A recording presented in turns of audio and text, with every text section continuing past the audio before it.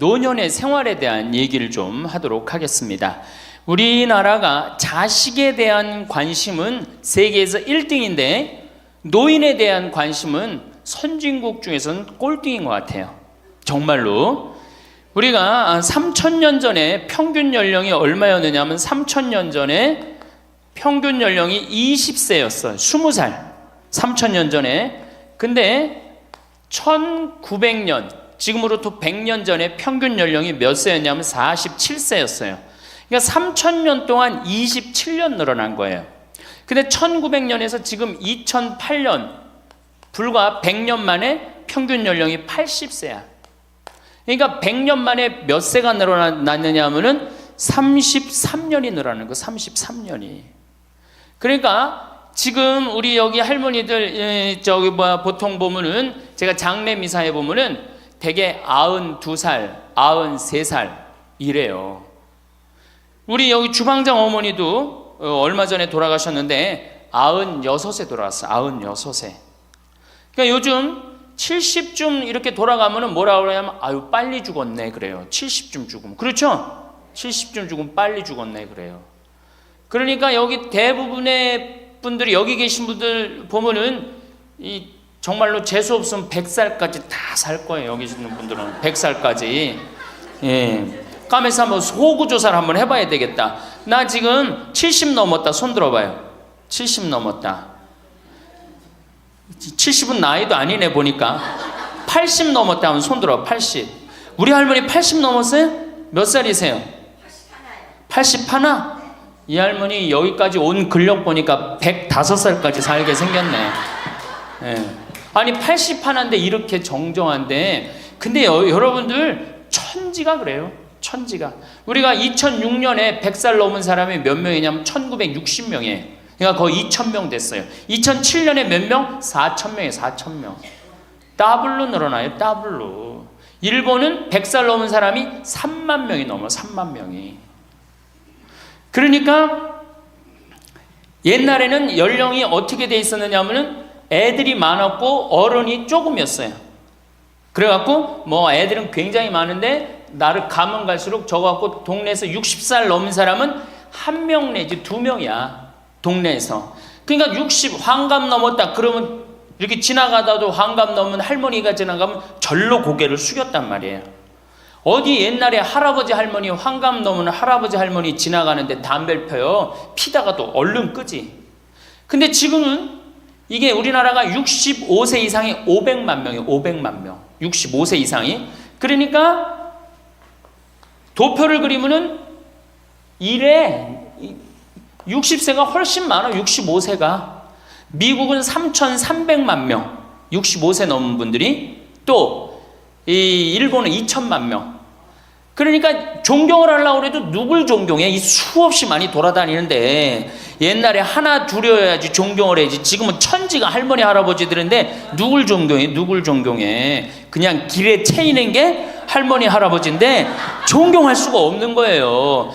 혹시 우리 늙은이들 왜 존경하지 않나 이렇게 섭섭해하는 할머니 할아버지들이 착각하는 거예요. 하나 둘이어야지 존경해지. 신부도 본당 신부가 하나니까 3,000명 교우들이 존경하는 거예요. 본당 신부가 100명이다. 우리 본당에 신부가 100명이다. 존경할 거 안 할 것 같아. 채이는 게 본 신부인데, 근데 신부님 만나기 하늘의 별 따기보다 어려우니까 존경을 하는 거예요. 옛날에 할머니 할아버지들이 존경받았던 이유가 동네에서 거의 없었기 때문에. 중간에 다 죽었어. 근데 요즘 안 죽고 다 같이 가는 거야. 다 같이. 65세 이상이 500만 명이에요. 500만 명. 참고로 북한은 65세 이상이 몇 명이냐? 아니 북한은 평균 연령이 몇 세냐? 지금 30세예요. 북한은. 우리나라는 80세인데. 그러니까 우리나라 사람들이 북한보다 50년 더 사는 거, 평균 연령이. 그러니까 여러분들 지금 남한에서 사는 거 감사해 안 감사해요? 정말로 감사한 거예요. 우리가 지금 뭐 여러 가지 뭐 경제 불황이다 어쨌다 저쨌다 해도 6.25 끝날 때나 여러분들 해방될 때보다 지금 잘 먹고 잘 살아요, 못 살아요? 그때에 비하면 너무너무 잘 먹고 잘 사는 거예요. 그런데도 우리가 불행하다고 생각한다면은 하느님이 축복을 엄청나게 줬는데도 그 축복의 가치를 모르는 거죠.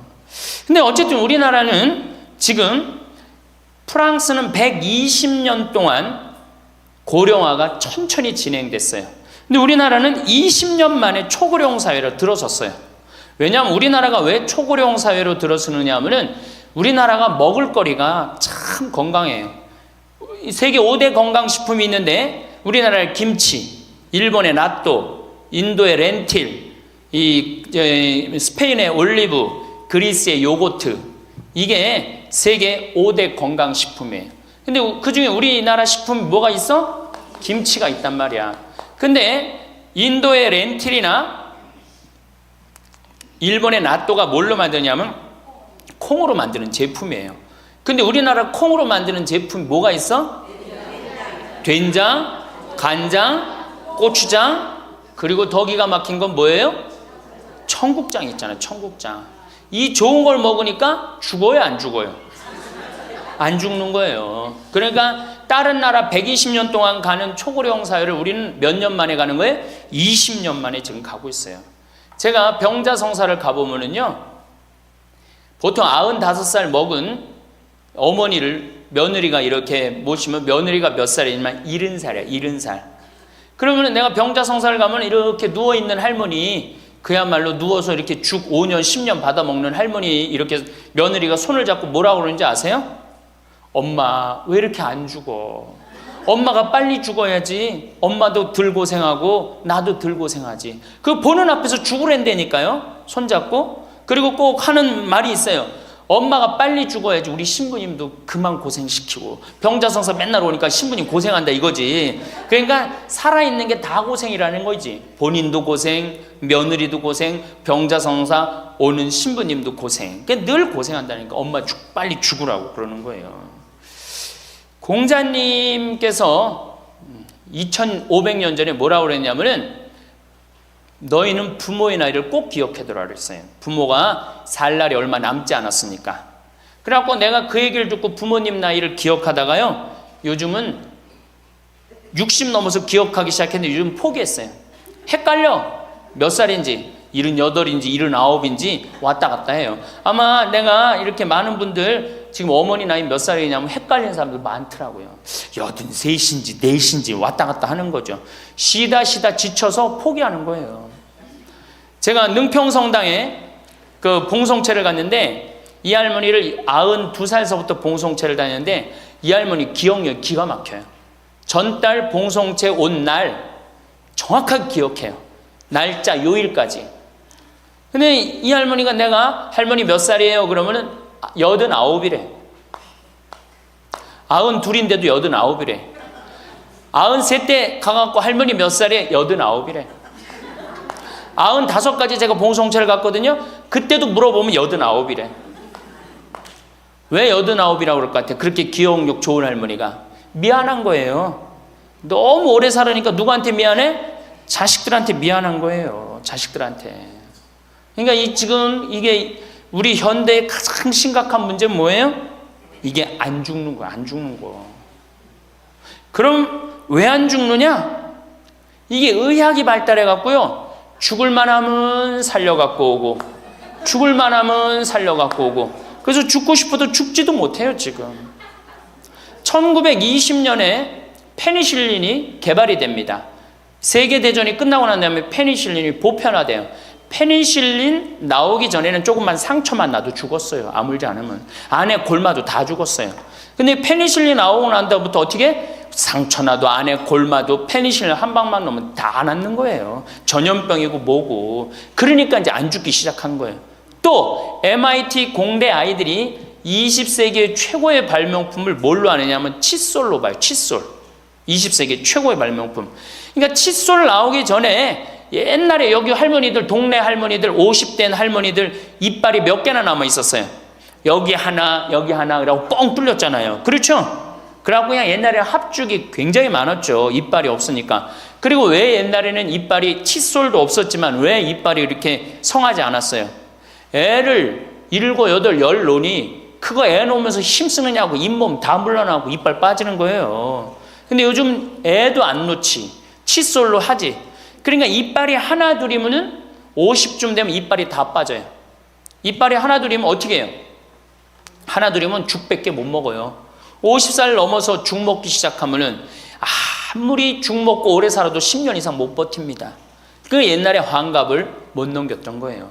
근데 요즘 칫솔이 있어갖고 이빨이 온전한 할머니들 천지예요. 또 요즘은 의술이 발달해갖고 어떻게? 치과에 가갖고 틀니 다 해놓지. 또 이 해놓지. 요즘 또 임플란트까지 하지. 그러니까 이빨이 그냥 80이 돼도 다 튼튼한 거야. 이빨이 튼튼하니까 일주일에 한 번씩 고기를 꼭꼭 씹어 먹는 거예요. 죽 먹던 시대하고 고기 먹는 시대하고는 이건 틀리는 거예요. 매일 단백질을 공급해 주니까 죽어요, 안 죽어요? 안 죽는 거예요. 그래서 지금 어떻게? 굉장히 오래 사시는 거예요. 그리고 요즘 또 어떻게? 옛날에는 운동이 어딨어. 옛날에는 밭에 나가서 일하고 그냥 늘 힘들게 살았잖아요. 그러니까 옛날에는 맨날 나가서 고생하고 이빨 없지. 그러니까 어떻게? 그러니까 빨리 죽는 거예요. 근데 요즘은 건강식품 먹지, 운동하지, 헬스하지, 수영하지. 이게요, 이래서 얼마나 오래 사는지 몰라. 저 뒤에 계신 분들, 지금 40대, 50대 되신 분들 손 들어보세요. 40대, 50대 되신 분들, 여러분들은 120살까지 살아. 120. 정말이에요. 여러분들은 120살까지 삽니다. 그러면 여러분들 지금 몇 년 남은 거야? 70년 남은 분들 많아요, 지금. 지금 자식이 문제가 아니라 누가 문제야? 여러분들이 문제예요, 지금. 자식 걱정할 때가 아니에요, 지금. 70년이면 작은 시간이에요? 70년이면 엄청나게 긴 시간이에요. 이 70년 동안 뭐하고 살 거냐? 이거 진짜 고민해야 돼요. 이렇게 오래 살 줄 모르고 노년에 대한 준비 안 하신 분들이, 이 노년에 대한 준비를 하신 분들은 과연 몇이나 되고, 노년을 준비 안 하신 분들은 얼마나 될까? 내가 보기엔 노년 제대로 준비한 사람들 10%도 안 돼요. 우리는 노년을 어떻게 준비하면 된다고 생각했어? 자식 하나 잘 키우면은 노년 준비 잘한다고 생각하고 있는 거예요. 근데 우리나라가 이 자식 교육에 맹목적이죠. 맹목적입니다. 이 세계에서 자식한테 이렇게 맹목적인 나라 없어요, 세계에서. 그러면은 우리 할머니들, 할아버지들이 왜 자식 교육을 맹목적으로 시켰느냐? 1900년도에 조선이 무너져 버려요. 그렇죠? 1900년도에 조선이 무너져 버려요. 그럼 조선 무너지기 전에 500년 동안 양반 상놈이 있었어. 그러니까 양반하고 상놈이 있었는데, 여기 계신 분들 뭐 다 지금 족보 있다고 그러죠? 나도 사실은 우리 집 족보 있다고 그러지만은 이게 얼마나 믿어야 될지 몰라. 왜냐하면은 조선시대 양반이 10%밖에 안 됐어요. 100명 중에 10명만 양반이었어요. 충청도가 10%, 경상도는 4%밖에 안 됐어요. 그러면 90%는 다 뭐야? 상민이야, 상민. 노예든 노비든 뭐 백정이든 전부 다 서름 받고 살았어요. 옛날에 노비가 얼마나 서름을 받고 살았느냐면은, 말을 타고 지나가다가도 양반 집을 지나가면은 양반 이 담이 시작되는 곳에서 말에서 내려야 돼요. 말 타고 양반 못 지나가요. 그러면은 말을 끌고 가다가 양반 담이 끝나는 데서 다시 타고 갔어요. 만약에 그냥 말 타고 지나가다가 걸리면은 멍석마리로 맞았어요. 그러니까 그냥 수백 년 동안 서러웠던 게 1900년대 순식간에 무너져 버렸어. 양반, 상놈, 계급이 무너져 버렸단 말이야. 이제 뭐만 하면 출세할 수 있어? 공부만 하면 출세할 수 있었던 거예요. 공부만. 그러니까 그냥 공부만 하면 판검사 되면 모든 게 이제 내 원한, 그동안 수백 년 동안 쌓였던 원한 한을 다 풀 수 있다. 그래갖고 이제 나는 못 먹어도 논 팔고 소 팔고 정말 나 먹고 싶은 거 쓰고 싶은 거 못하는 한 있어도 누구는 교육시켜? 자식은 교육시키겠다, 이거. 자식은. 그러니까 그냥 있는 돈 없는 돈 팔아서 마련해갖고 여러분들 어떻게 했어요? 자식 공부를 시킨 게 바로 여러분들 세대예요. 여러분들이 정말로 내가 이렇게 오래 살 줄 모르고 자식 하나 출세시켜갖고 그동안 수백 년 동안 서름을 다 날려버리겠다. 그래갖고 우리나라가 교육률이 세계에서 최고로 높았던 거예요. 근데 지금 젊은 사람들은 왜 그러는지도 모르고 지금은 무조건 그 전통을 이어받아갖고 자식한테 미쳐서 교육을 시키는 거고, 지금 젊은 사람 30대 40대는 할머니 할아버지들 세대는 그 서러움을 날려버리고 싶어서 자식을 교육을 시켰던 거예요. 그렇게 이렇게 있는 돈 없는 돈 다 들여갖고 자식을 출세를 시켰어. 출세를 시키면 호강할 줄 알았는데 자식이 출세하면은 호강합니까 안 합니까? 제가 이제까지 사목 경험에 의하면은 출세한 자식일수록 부모를 더 안 모십니다. 출세한 자식일수록. 부모가 서울대학 뭐 연고대 정말 대학 졸업시켜갖고 내가 출세를 했어요. 그래갖고 집에 비데가 있어. 비데. 화장실에 가면 물 나오는 거 있죠? 비데도 있고 이태리 대리석도 있고. 집은 삐까번쩍하게 기가 막히게 했는데 늙은 우리 무식한 엄마는, 무식한 아버지는 그 집에 어울려요 안 어울려요? 그 집에 안 어울리는 거예요. 그러니까 안 어울리고 빨리 죽으면 차라리 다행인데 이게 안 어울리면서 죽지도 않고 그냥 그 집에서 귀신같이 왔다 갔다 한단 말이에요. 그러니까 자꾸 눈에 밟히는 거예요. 내가 평택에 있을 때 비닐하우스에서 사는 집이에요. 근데 이 집에 할머니 한 분이 사는데 파출부가 와서 밥을 해주는 거예요. 파출부가 밥 해주고 빨래 해주고 할머니 뒷바라지를 다 해주는 거예요. 그리고 집에 갈 때는 바깥에서 문을 잠고 가는 거예요. 신기한 거예요. 어떻게 저런 일이 벌어지느냐. 또 봉송체도, 성당 다녀고 봉송체도 하고. 알고 봤더니 아들이 서울에서 100억대 재산가야. 집은 정말 으리으리한 집이야. 근데 그 무식한 할머니가 그 집에 어울려요 안 어울려요? 안 어울리는 거야. 그러니까 이건 그래도 그 자식이 양심은 있어갖고 엄마는 내다버릴 수는 없고, 그러니까 서울에서 평택에다가 비닐하우스를 쳐갖고 파출부 하나 있어. 거기다 갖다 놓고 그냥 내다버릴 수는 없고 어떻게 그냥 그렇게 모시는 거예요. 그랬더니 내가 어느 노인대학에 오신 분들한테 이 강의를 했더니 할머니 한 분이 그런 얘기를 안 버린 게 다행이다 그런 거예요. 그걸로 만족하는 거야. 안 버림을 당하는 것만 해도 다행이라고 그러는 거예요. 이게 기가 막힌 정말로 시대에 우리가 살고 있죠. 여기 우리 할머니 할아버지들 내 자식이 특히 아들 자식, 내가 이 아들에 대한 아주 그 혐오감이 있는데 아들 자식 출세시키면은 내가 호강할 것 같죠? 가만히 생각해봐요. 아들을 기가 막히게 잘 키워서 서울대학 나왔어. 의사가 됐어. 판검사가 됐어. 그러면은 어떤 할머니가 그래요. 아들 자식 잘 키우면 잘 키울수록 여우 같은 년이 나타나서 낚아채 간다는 거예요. 아들 자식을 잘 키우면 잘 키울수록 여우 같은 년이 나타나서 낚아채 간다는 거예요. 근데 가만히 생각해보니까 그 말이 맞는 것 같아요. 왜? 아니 의사하고 판검사면은 이쁘고 귀하게 자란 집 딸이 낚아채 갈 거 아니야. 다 그렇게 결혼하지 않아요? 그럼 그걸 어떻게 해? 그냥 자식 뺏기는 거예요. 그래서 딸을 둘 놓으면 금메달, 아들 하나 딸 하나 놓으면 은메달, 아들만 둘 놓으면 목메달이에요. 그래서 아들만 둘 놓으면 목메달이에요.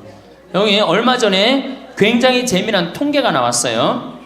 아들은 늙은 부모를 54% 구박한대요. 아들은 늙은 부모를, 며느리가 14% 구박한대요. 딸이 11% 구박한대요. 그러니까 아들 하나 딸 하나 있으면 늙어서 구박을 얼마나 받아? 55% 구박받는 거야. 그렇죠? 근데 아들만 둘이면 어떻게 되는 거야? 곱하기 2 하면 되는 거예요. 여기다가. 그럼 몇 퍼센트 구박받아? 108% 구박받는 거예요. 그러니까 아들 있다고 좋아하는 시대는 끝났다. 아들 있다고 좋아하는 시대는. 그리고 잘 키운 아들일수록 누가 나타나서 낚아채 간다?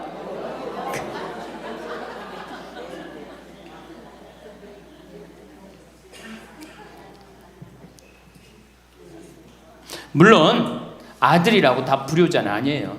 물론 제가 이렇게 목욕탕 이렇게 가보면은요 정말 기가 막힌 아들을 많이 봐요. 80, 90된 아버지를 60된 아들이 모시고 와갖고 다 때 밀어드리고, 그 다음에 온탕에 들어갈 때도 손 한번 대보고 아버지 여기 괜찮다고 그러고, 끝나면 또 온몸에 로션 다 발라주고 이 옷 입혀가는 그런 자식들 참 많이 봐요. 기가 막힌 효자들도 있어요. 또 음식점에 가보면은 큰 늙은 그냥 꼬부랑 할머니 모시고 와갖고 고기 구워서 입에 넣어드리는 자식들도 참 많이 봐요. 그렇게 효도하는 자식들도 있는데 그 몇 퍼센트냐? 10% 이상 넘지 않을 거려. 우리 집도 이 둘째 아들이 기가 막힌 효자예요. 내가 봐도 참 효자예요. 좋은데 구경시켜드린다고 그 시와오 갈대숲 그리고 회도 사드리고 시간 되면 여행도 모시고 기가 막혀요. 근데 그런 아들이 몇이나 되겠느냐? 제가 보기에는 그렇게 많지 않아요. 제가 비산동에서 보좌 신부할 때 고해성사 들어보면 맨 자식 욕하는 할머니들 천지였어요. 맨. 우리나라가 자식에게 이 사교육비로 쏟아붓는 돈이 세계 1등입니다. OECD 국가, 경제개발협력기구 국가 중에 1등이에요. 1등. 올해도 자식한테만 사교육비가 얼마 들어가? 20조 원을 쏟아넣었어요. 공교육비 말고 학교 가는 학비, 책값 이런 거 말고 학원 보내고 과외시키는 것만 20조 원을 쏟아넣은 거예요. 이게 정신 나간 거죠. 이렇게 있는 돈 없는 돈 쏟아서 자식한테 쏟아붓는데 늙은 부모 안 찾아가기로 세계에서 1등이 어디예요? OECD 국가 중에 우리나라가 1등이에요. 엄청나게 받았는데 그거 부모한테 되돌려줘요? 안 되돌려줘요? 되돌려주지 않아요.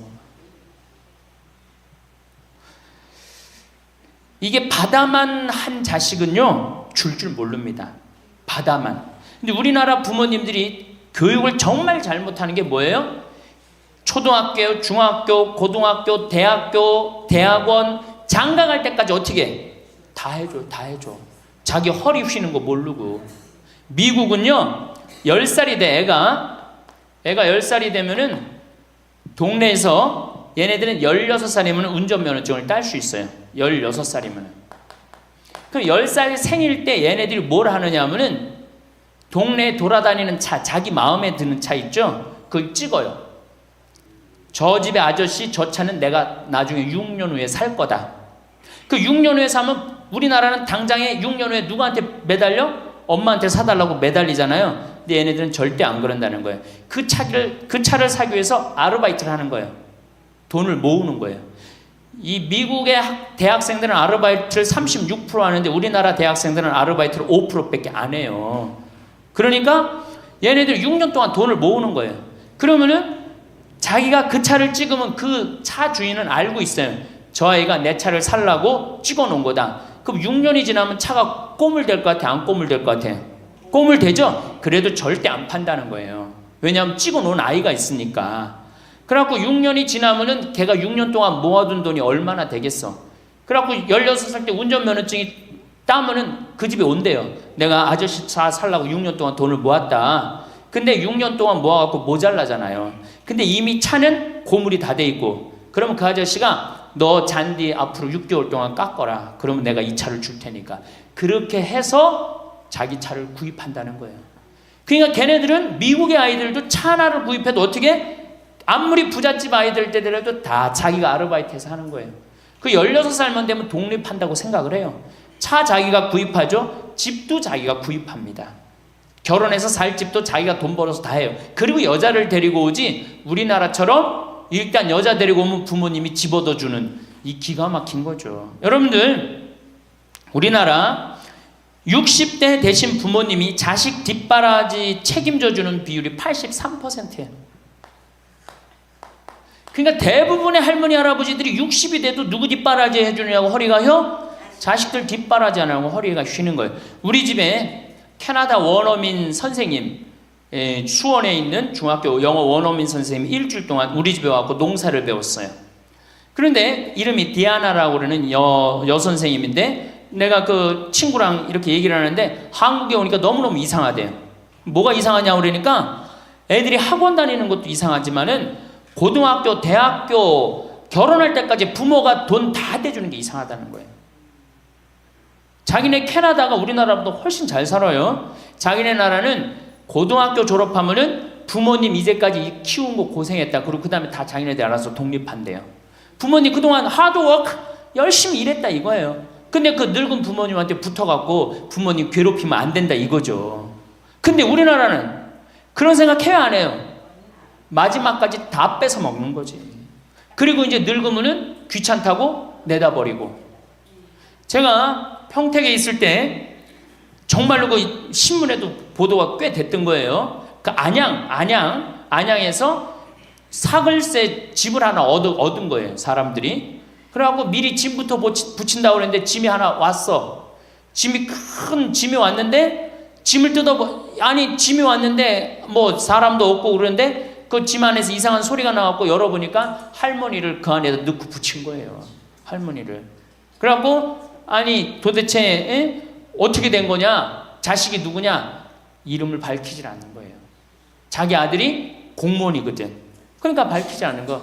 자, 그 자식 생각한다고. 그거는 여러분들 자식 교육이 아니에요. 그런 자식 살아서 뭐 할 건데. 그런 자식 키워서 뭐 할 건데. 그러니까 우리나라는 이게 자식한테 너무 맹목적인 사랑을 하면서 그게 교육인 줄 알고 있는 거예요. 자기가 인생을 살아가면서 힘든 것도 배우고 즐거운 것도 배우고 보람도 느껴야 되는데 너는 뭐만 잘하면 돼? 공부만 잘하면 돼. 공부만 잘하면 돼. 그러니까 자기만 알고 자란 놈이죠.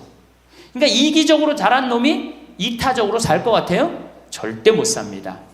우리 어렸을 때는 어머니가 부침개를 했어. 그럼 어떻게 해요? 이 집에도 갖다 줘라, 저 집에도 갖다 줘라. 그러면서 동네 돌아다니면서 이 갖다 주는 재미, 그러면서 나누는 것도 배우잖아요. 요즘 애들이 그런 애들이 어디 있어요? 아파트 문 닫으면 끝인데. 그렇게 자라는 애들이 남을 생각할 것 같아요? 어떻게 해서든지 4배만 채우면 되는 걸로 자란지. 저는 요즘 텔레비전에서 우리나라 지금 정책 결정할 때 너무 답답한 결정들이 굉장히 많이 나와요. 어떻게 저런 결정을 할까? 국민들 생각을 하는 걸까? 안 하는 걸까? 그런데 그 결정하는 애들이 다 누구야? 초등학교 때 공부 잘하고 중학교, 중고등학교 공부 1, 2등 하고 서울대학 가고 행정고시, 외무고시 이런 거 다 합격한 애들이 결정한 거예요. 자기만 알고 자란 애가 결정하는 거예요. 내가 하버드대나 몇몇 대학에 들어가는 그 활동 그것도 써준 적이 있는데 그 들어가는 애들 걔네들은 뭘 제일 중요하게 여겨요? 봉사활동. 사회봉사활동을 얼마나 잘했느냐. 그러니까 1년, 2년 세계로 돌아다니면서 봉사활동 하는 거예요. 근데 우리는 봉사활동도 다 어떻게? 다 거짓말로 꾸며갖고 들어가는 거예요. 여기 그렇게 써달라고 오는 사람들도 많아요. 그리고 봉사활동 오겠다고 그러고도 약속 어기는 사람들도 많아요. 정말로 그렇게 해갖고 자식을 키우면은 뭐 할 건데요? 83%가 60세에 책임을 지는데 70세에 돼갖고는 몇 퍼센트가 책임지느냐 하면은 64%가 자식을 책임져요. 70이 됐는데도. 그런데 일본은 9%, 70이 돼갖고 자식 책임지는 부모는 9%예요. 홍콩이 11%. 그러니까 우리나라 50% 할머니, 할아버지들은 늙어 죽을 때까지 누구한테 뒷바라지하다 죽어요? 자식 뒷바라지하다 죽어는 이걸 문서 없는 노비라고 그래요. 문서 없는 노비야. 완전히 죽을 때까지 노예야, 노예. 그러니까 그렇게 하시면은 안 됩니다. 이제 여러분들 인생을 사셔야 돼. 자, 효도가 사라진 시대예요. 이제는 부모가 애절해야지 효도를 하지. 부모가 내가 부모가 없으면 내가 정말로 이게 안 되겠구나 이래야 되는데 지금 내가 50, 60이 됐는데도 부모가 살아있어, 안 살아있어요? 50, 60이 돼도 부모가 살아있어요. 내 몸 하나 건사하기 힘든데 누구까지 책임져? 80, 90된. 어제 성당에서 교육을 받으러 왔는데 자기 부모 살아있는 분 손 들어보니까 많더라고요. 몇 살이냐니까 100살이래, 100살. 그래갖고 자식들이 어떻게 됐냐고 그러니까 자식들이 먼저 죽었대요. 너무 오래 살으니까 자식 앞세우는 할머니들도 굉장히 많아요. 100살, 100살이래요. 요즘 90 넘는 거는 아주 쉬운 일이에요. 웬만해야지 효도할 거 아니야. 먼저 죽는데, 모시다가 먼저 죽는데. 조선시대만 하더라도 부모님을 그저 10년만 정성스럽게 모시면 부모님이 알아서 돌아가 주셨어요. 알아서 돌아가 주셨어요. 그런데 요즘 부모님들은 20년을 모셔도 30년을 모셔도 돌아갈 생각을 안 하는 거예요. 100살을 산다면 거의 50년을 모셔야 되는 거예요. 그러니까 자식들이 부모 모시다 지치는 거예요. 자식들이 부모 모시다 지치는 거예요. 김병에 효자 없다는 말뿐만 아니라 오래 사시는 늙은 부모님한테도 효자 없게 되어 있습니다. 생각해 보십시오. 내 나이가 70이 다 됐는데도 내 몸 하나 건사하기도 힘든데 100살 된 부모님 모시는 거 쉬운 일이 아닌 거예요. 제일 좋은 건 뭐예요? 내가 늙어 죽을 때까지 자식한테 의지하지 않고 살다가 돌아가실 때는 꼴까닥 죽어버리는 거야. 돌아가실 때는. 그러니까 지금 자식하고 같이 붙어서 산다 이런 생각 꿈도 꾸지 마시고 그냥 나 혼자 살다가 어떻게 죽을 때 꼴까닥 죽으면 되는 거. 죽을 때 신부님 그래도 자식이 내 임종은 봐야 되지 않느냐. 임종은요 부모님 조선시대에 또 그 전에 한 평균 연령 37세 40세 때 자기 부모님 돌아가시는 거 못 보면 한이 됐어요. 그렇죠? 근데 지금 임종 볼 필요 없어요. 볼 만큼 봤어. 아주 지겹게 봤어. 뭐 임종까지 봐요. 그냥 주무시다가 꼴까닥 돌아가시는 게 제일 좋으신 거예요. 이 꼴까닥 돌아가시는 방법은 내가 이제 네 번째 시간에 알려드리도록 하겠습니다. 신부님 어떻게 꼴까닥 돌아가는 방법이 있습니까? 방법이 있어요. 꼴까닥 죽는 방법이 있어요. 우리 옛날에 뭐라 그래? 요즘 뭐라 그래? 9988이라고 그러죠? 99세까지 팔팔하게 살아라. 이 방법이 있어요. 이건 제가 이제 말씀을 드릴 거예요. 환갑, 진갑 다 찾아 먹네. 그러면 진짜 오래 살았다는 얘기죠. 환갑은 몇 살 때 환갑 잔치를 해요? 60에 하죠. 그 다음에 진갑은 61. 진짜 오래 살았다고 그래서 진갑이야. 61만 살아도 진짜 오래 살아. 근데 요즘은 고희 70. 그렇죠? 그 다음에 희수 77, 미수 88, 백수 99. 이거 잔치하는 사람들 천치예요. 천지. 자식 하나 대학 졸업시키는데 드는 돈이 약 3억 정도 들어가요. 3억. 내 자식 둘을 졸업시켰다. 그럼 얼마가 들어가? 6억이 들어가. 6억. 셋을 졸업시켰다. 9억이 들어가. 9억. 그럼 늙어서 내가 정말로 풍요롭게 쓰는데 돈이 얼마 정도면 필요하냐면 5억에서 10억 정도예요. 그러니까 내가 자식 대학만 안 보내면 어떻게? 내가 풍요롭게 쓸 수 있는 거예요. 저 뒤에 계신 젊은 분들 대학 보낼 생각하지 마세요. 여러분 우리나라가 고등학교 졸업해갖고 대학교 들어가는 게 83%가 고등학교 졸업하는 아이들이 대학 가요.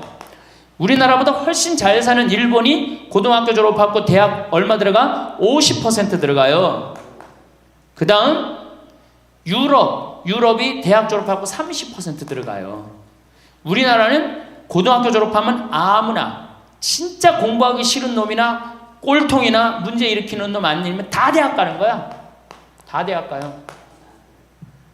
일본은 할 만한 놈만 가는 거예요. 일본은. 유럽은 진짜 똑똑한 놈만 가는 거예요. 그래서 독일은 대학 졸업하면 문패에다 대학 졸업했다는 표시를 써놔요. 그만큼 대학 졸업하는 게 힘든 거예요. 근데 우리는 아무나 대학 졸업 다 해요. 아무나. 그 좋은 대학 가면 몰라. 머리는 완전히 그냥 정말로 돌머리인데 그냥 무슨 지방 제3대학 4대학 나왔고 취직을 해요.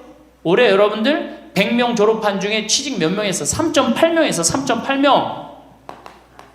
96명이 취직을 안 하고 놀고 있어요. 대학원 졸업했겠다. 손에 기름 묻히긴 싫겠다. 엄마 아버지 등 뜯어먹고 살고 있는 거예요. 아까 얘기했잖아. 83%가 60이 돼도 자식 책임진다고. 대학 졸업하고 취직을 해야지 자기 구실을 할 거 아니야. 차라리 대학 졸업하고 취직도 못할 양이라면 어떻게 하는 게 좋아요? 안 보내고 그 돈 모아갖고 애 가게 차려주는 게 훨씬 낫지. 아니면 그 돈 모아갖고 나 노후 대책 드는 게 훨씬 낫지. 우리나라의 대학을 때려 부시지 않으면 경쟁력이 없어요. 때려 부셔야 돼요. 유럽보다 대학이 10배가 많아. 10배가. 유럽보다 대학이. 근데 그 대학이 경쟁력이 있느냐? 55개 국가 중에 경쟁력이 3등이에요. 우리나라 대학이. 그러니까 다 미쳐있는 거야. 내가 보기에는 다 미쳐있는 거야. 그냥 제발 좀 정신 좀 차리세요. 저 뒤에 계신 분들. 앞으로 몇 년 남아있어요? 70년 남아있어요. 있는 돈 없는 돈 자식한테 쏟아낼 게 아니에요. 우리 할머니 할아버지들 자식 걱정해서 자식들한테 잔소리한들 자식들이 귀담아 듣습니까? 챙겨나면 귀담아 들어야 안 들어요? 뭐 한다고 그래? 노망 떤다고 그러지. 우리 엄마 아는 것도 없고 무식한데 웬 챙겨를 이렇게 하느냐고 엄마나 잘하라고 그러고 구박하죠. 그러니까 지금 우리 할머니 할아버지들도 자식 걱정할 때가 아니야. 이제는 누구 걱정해? 내 남은 여생을 어떻게 의미 있고 행복하게 지낼 것이냐, 그거 하나. 나 자식한테 부담 안 주고 내 속 썩이는 거, 나 하나 속 안 썩이고 나 혼자 행복하게 사는 게 진짜 그 좋은 거예요. 제가 외국 여행 다녀보니까 선진국에서 돈 쓰는 사람들은 다 할머니 할아버지들이에요. 백화점에서 양장 사 입고 양복 사 입는 분들 다 누구야? 할머니 할아버지들이에요. 내가 뭐 프랑스 파리 쌍젤리제 거리, 그 다음에 이탈리아 나보나 광장 이런 데 다 다녀보잖아요. 밤에 누구만 돌아다녀요? 할머니 할아버지들만 돌아다녀요. 거기서 다 팔짱 끼고 나와서 와인 마시고 맥주 한 잔 마시고 그리고 들어가세요. 우리나라 명동 밤거리에 누구만 돌아다녀요? 젊은 애들만 돌아다니죠? 할머니는 그 시간에 뭐해? 뒷방에 쥐처럼 웅크리고 있는 거예요. 정말로. 그래갖고 명동에 나가면 할머니들 할아버지도 구경할 수 없는데 탑골 공원에 가보면 할머니들이 거기서 뭐하고 비둘기하고 놀고 있잖아. 놀아주는 사람도 없으니까 비둘기하고 놀아주고 있는 거예요. 제발 그러지 마시고 가지고 있는 거 쓰고 돌아가세요. 쓰고. 그리고 제발 다니세요. 그리고 우리 할머니들 지금 오늘 1박 2일 이렇게 나와주는 거 이거 며느리한테 굉장히 좋은 거예요. 나 며느리랑 산다 한번 손 들어봐. 며느리랑 사는. 며느리랑 사는 분은 가능한 한 집에서 자꾸 나가주는 게 좋은 거예요. 하루라도 집을 비워주는 게 며느리가 좋은. 생각해봐. 30년 40년 시어머니하고 같이 산다고 생각을 해봐요. 아침부터 저녁까지 그냥 얼굴 마주보고 산다고 생각해봐. 얼마나 힘들어. 귀 있을 때마다 뭐 해주는 게 좋아? 나가주는 게 좋은 거예요. 그러니까 가능한 한 나가 돌아다니고, 아침에 해 뜨면 집에 나와갖고 해 지면 집에 이제 들어가는 거, 그게 좋은 거예요. 그래갖고 청승맞게 탑골공원 그런 데 가면 안 되고 이런 데 그냥 노인대학. 우리 천주교가 진짜 잘하는 게 뭔지 아세요? 노인대학이에요. 노인대학. 이거 정말로 천주교 진짜 잘하는 것 중에 하나예요. 우리나라 경제가 왜 안 돌아가는 줄 아세요? 할머니 할아버지들이 돈을 안 써서 경제가 안 돌아가는 거예요. 할머니 할아버지들이 돈을 안 써서 경제가 안 돌아가는 거 생각을 해봐. 옛날에는 할머니 할아버지들이 조금밖에 없었잖아요. 쓰면 얼마나 써, 이 할머니 할아버지들이. 애들이 돈 썼잖아요. 근데 지금은 어때? 이렇단 말이야. 이 500만 명이 돈을 안 쓴단 말이야. 돈을 왜 안 써? 돈을 왜 안 쓰냐면은 내가 가지고 있는 집 이거 누구한테 물려주려고 안 쓰는 거야? 자식한테 물려주려고 안 쓰는 거야. 이거 은행에다 맡기고 이거 쓰면은 우리나라 경제 돌아갈 것 같아? 안 돌아갈 것 같아요? 팍팍 돌아갑니다. 팍팍. 할머니들이 여행도 많이 다니고 옷도 많이 사고 맛있는 것도 많이 사고 사 먹고 그러면 경제 팍팍 돌아가. 근데 이 500만 명이 돈을 깔고 뒷방에 딱 그냥 눌러 앉아서 안 쓰네. 그러니까 경제가 안 돌아가는 거예요. 다 쓰시다가 돌아가실 때 통장에 500만 원만 남겨놓고 돌아가세요. 500만 원만 통장에 다 쓰다가 신부님 500만 원으로 무슨 장례를 합니까?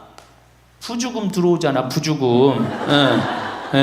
이 부주금 갖고도 싸우는 사람 많아요. 네가 더 갔느냐 내가 더 갔느냐 그리고 싸우고 앉아 있다고. 세상에 부모 돌아가셨는데 부주금 갖고 그래갖고 형제끼리 싸워갖고 죽고 그러는 경우도 많아요. 얼마나 이게 우리나라가 지금 정말 불행한 거예요. 다 쓰다가 통장에 얼마만 남기고 죽어? 500만 원만 남기고 죽을 때 어떻게 죽어? 꼴까닥 죽어버리란 말이야. 다 쓰다가 통장에 500만 원만 남으면은 꼴까닥 죽게 돼 있어요. 근데 안 쓰고 뒷방에 들어 앉으면은 10년, 20년 벽에 똥치라고 사는 거예요. 저는 우리 형제들한테 이미 공표했어요. 어머니가 돌아가시든지 아버지가 돌아가시든지 부주금 들어오면 형제들이 한 푼도 손 못 댄다. 그거 내가 다 가지고 과원이나 양론에 집 한 채 져준다. 어머니 이름이나 아버지 이름으로. 얼마나 멋있어. 그렇게 멋있게 살다가 가야 되지 않아요? 이건 죽으나 사나 내 자식밖에 모르고 사니 이게 얼마나 나라가 빡빡하고 답답해요. 우리나라 그냥 다른 빌 게이츠 240억 달러를 사회에 기증해놨잖아요. 우리나라는 어떻게 한 푼이라도 더 자식한테 재산, 돈 많은 사람들이 재산 자식한테 더 준다고 편법 쓰고 불법 쓰고, 아 정말 얼마나 답답해요.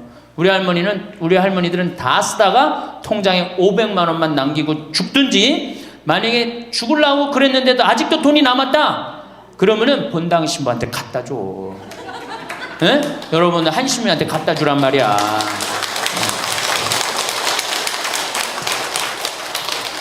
박수 치는 거 보니까 갖다 줄 의사가 있나 본데? 에? 제발 자식한테 주는 게 절대 훌륭하게 사는 게 아니에요. 자식들은 지가 알아서 살고, 나는 마지막에 이제까지 하느님한테 빌려 썼으니 하느님의 영광을 위해서, 가난하고 어려운 이웃을 위해서 희사하고 가는 거예요. 그렇게 살아야지 우리나라가 복지국가가 되고 선진국가가 되는 거예요. 부자 부모가 돌아가면은 국가재산의 반은, 본인의 재산의 반은 국가가 갖고 와 써보지도 못하고, 나머지 반은 네가 더 갖느냐 내가 더 갖느냐 형제끼리 싸워갖고 원수가 돼갖고 서로 만나지도 않아요. 예, 만나지도 않아요. 근데 가난한 집 부모가 돌아가면은 이제 우리 부모 돌아갔으니까 우리밖에 안 남았다, 서로 나눠 가질 것도 없으니까 싸우지도 않고 어떻게 우애가 더 좋아진단 말이에요. 그걸 누가 만들어? 여러분들이 결정하는 거예요. 지금 아까 물어보니까 뭐 4억 5억 아파트 한 채 뭐 4억 5억, 야, 그 돈 남겨놓으면 자식이 좋아할 것 같아요? 서로 원수됩니다. 원수돼요. 그러니까 다 쓰다 돌아가세요. 냉면 먹고 싶으면 큰아들이 사줄래나 둘째 아들이 사줄래나 막내딸이 사줄래나 여름 내내 기다렸는데 한 놈도 와서 안 사줘. 그 억울해 안 억울해? 아니 냉면이 얼마나 한다고? 5천 원이면 사 먹잖아요. 그럼 내 돈 주고 내가 가서 사 먹으면 되는 거를 큰아들이 사줄래나 둘째 아들이 사줄래나 막내딸이 사줄래나 그걸 기다려. 그렇게 청승을 떨고 살아요. 내가 가서 내가 사 먹으면 되는 걸. 근데 평생 나를 위해서 써봤어 안 써봤어? 이젠 써보세요. 나를 위해서 쓰는 연습을 하세요. 그래야지 나라 경제가 돌아가는 거예요. 나무는 뿌리가 썩으면은, 나무는 튼튼하지 못해요. 열매는 맺을 수가 없어요. 근데 우리나라는 지금 뿌리 썩어요 안 썩어요? 노인이라는 뿌리, 부모라는 뿌리가 썩잖아요. 그러니까 나무가 튼튼하겠어요? 열매가 튼튼하겠어요? 이 열매들 내가 보기에는 요즘 중고등학교 젊은 애들 다 썩었다고 표현하면 좀 과할지 모르지만 내가 보기엔 96%는 대학까지 졸업하고도 놀고 앉아 있어요. 그러니까 제발 여러분들 그렇게 하지 마시고, 그렇게 할 양이라면 차라리 내가 남은 인생, 이제까지 자식 고생시켰고 자식 공부하느냐고 고생했죠. 그렇죠? 그 다음에 노동해내냐고 고생했지. 이제 65세 넘어서 인생이 휴가 기간 아니야. 휴가라면 휴가를 멋있게 쓰다가 죽어야 될 거 아니에요. 이제 우리 할머니 할아버지는 휴가 아니야 지금? 휴가죠? 휴가라 오늘 여기 1박 2일 동안 온 거 아니에요 여기 지금? 그렇죠? 근사하게 살다가, 멋있게 살다가 죽을 때는 통장에 500만 원 남겨놓고 죽을 때는 어떻게? 올가당. 여러분, 황창년 신부님 말씀 어떠셨는지요? 먼저 세상이 참 빠르게 변하고 있다는 것을 실감합니다. 예전 우리 젊었을 때와는 정말 많은 것이 달라졌습니다. 신부님 말씀처럼 이제는 100세 시대라는 말이 더 이상 낯설지 않습니다. 그만큼 우리가 건강하게 살아갈 날들이 예전보다 훨씬 길어졌다는 의미입니다. 이렇게 삶의 길이가 길어지면서 우리의 생각과 삶의 방식도 조금씩 변화가 필요합니다. 과거에는 자녀들을 잘 키워 그들에게 의지하며 노후를 보내는 것을 당연하게 여겼지만 요즘은 꼭 그렇지만은 않은 시대입니다. 신부님도 이 점을 짚어주시는데, 자녀들이 각자 바쁜 삶을 살아가다 보면 부모님께 이전만큼 마음을 쓰기 어려울 수 있다는 것입니다. 그래서 이제는 자녀들에게 모든 것을 기대하기보다는 우리 스스로가 삶의 주인이 되어 자신만의 행복을 적극적으로 찾아 나서는 것이 중요합니다. 어쩌면 조금 섭섭하게 들릴 수도 있지만 곰곰이 생각해보면 우리 모두에게 더 건강한 방향입니다. 자녀들은 그들의 삶을 꾸려나가고 우리들은 우리대로 남은 인생을 더욱 즐겁고 의미 있게 만들어가야 합니다. 그런 의미에서 신부님께서 이제는 자신을 위해 돈을 좀 쓰십시오. 라고 하신 말씀이 기억에 남습니다. 평생 가족을 위해 애쓰고 아끼셨다면 이제는 그 사랑과 관심을 여러분 자신에게 돌려볼 때입니다. 외국에서는 많은 분들이 여행도 다니고 새로운 것도 배우면서 활기찬 노년을 보내신다고 합니다. 우리도 충분히 그렇게 할 수 있습니다. 친구들과 맛있는 식사도 즐기고 가벼운 나들이도 다녀오고 평소 관심 있던 프로그램에 참여하며 새로운 사람들과 어울리는 즐거움도 느껴보시기 바랍니다. 모아둔 것을 자녀에게 물려주는 것도 좋지만 살아있는 동안 스스로를 위해 충분히 사용하며 행복을 누리는 것이야말로 정말 지혜로운 삶입니다. 자녀 교육에 대한 신부님의 생각도 인상 깊습니다. 무조건 좋은 대학에 보내고 사회적으로 성공시키는 것만이 최선은 아니라는 것입니다. 그보다는 자녀들이 스스로 독립적인 삶을 개척해 나갈 수 있도록 돕는 것이 더욱 중요하다는 말씀에 고개가 끄덕여집니다. 이미 자녀들을 다 키우신 분들도 많으시겠지만 손주들을 생각할 때 참고할 만한 지혜입니다. 그리고 마지막으로 삶의 마무리에 대한 이야기도 빼놓을 수 없습니다. 너무 무겁게 받아들이기보다는 자녀들에게 부담을 주지 않고 건강하게 살다가 편안하게 생을 마감하는 것을 생각해 보는 것도 좋다는 취지입니다. 신부님은 이를 꼴까닥 죽음이라는 재미있는 표현으로 말씀하셨는데 오랫동안 병상에 누워 고생하기보다는 마지막 순간까지 활기차게 살다가 어느 날 갑자기 평화롭게 떠나는 것이 큰 복이라는 의미로 다가옵니다. 그러니 너무 오래 사는 것에 대한 걱정보다는 하루하루를 건강하고 즐겁게 채워나가는 것이 훨씬 중요합니다. 결국 시대가 변함에 따라 우리의 생각도 유연하게 바꿀 필요가 있다는 것이 핵심입니다. 자녀에 대한 걱정은 조금 내려놓고 이제는 여러분 자신을 더욱 아끼고 사랑하며 남은 인생을 멋지고 활기차게 만들어 가시길 바랍니다. 이어서 황창현 신부님 말씀 듣겠습니다. 우리가 지금 100년을 사는 시대가 왔다. 100년. 근데 대부분이 인생을 설계하는데 되게 어떻게 하느냐? 20살 때까지 공부하고 30살에 이거 준비해서 장가 가갖고 50까지 자식 다 키우고 60에 인생 설계를 대부분이 끝내요. 그러니까 우리나라는 이 40년 동안의 인생 설계가 자기가 돼 있는 분들이 거의 없어요. 40년 동안 내가 우리 말에 이런 게 있지. 노세 노세 젊어 노세 늙어지면 못 노나니 그런 노래 있죠. 노세 노세 젊어 노세 늙어지면 못 노나니 이게 1950년대 나온 노래예요. 근데 1950년대 평균 연령이 46세였어요. 그러니까 늙을 때까지 살았어 못 살았어요? 60 동네에서 아까 말씀드렸듯이 하나둘이에요. 하나둘. 그러니까 노세 젊어 노세 늙어지면 못 노나니 왜 못 놀아? 빨리 죽으니까. 근데 이 노래가 틀린 노래예요. 어떻게 불러야 되냐? 노세 늙어지면 안 죽나니. 안 죽어. 안 죽어. 그대로 가는 거예요. 그대로. 그러니까 노세 늙어지면 안 죽나니.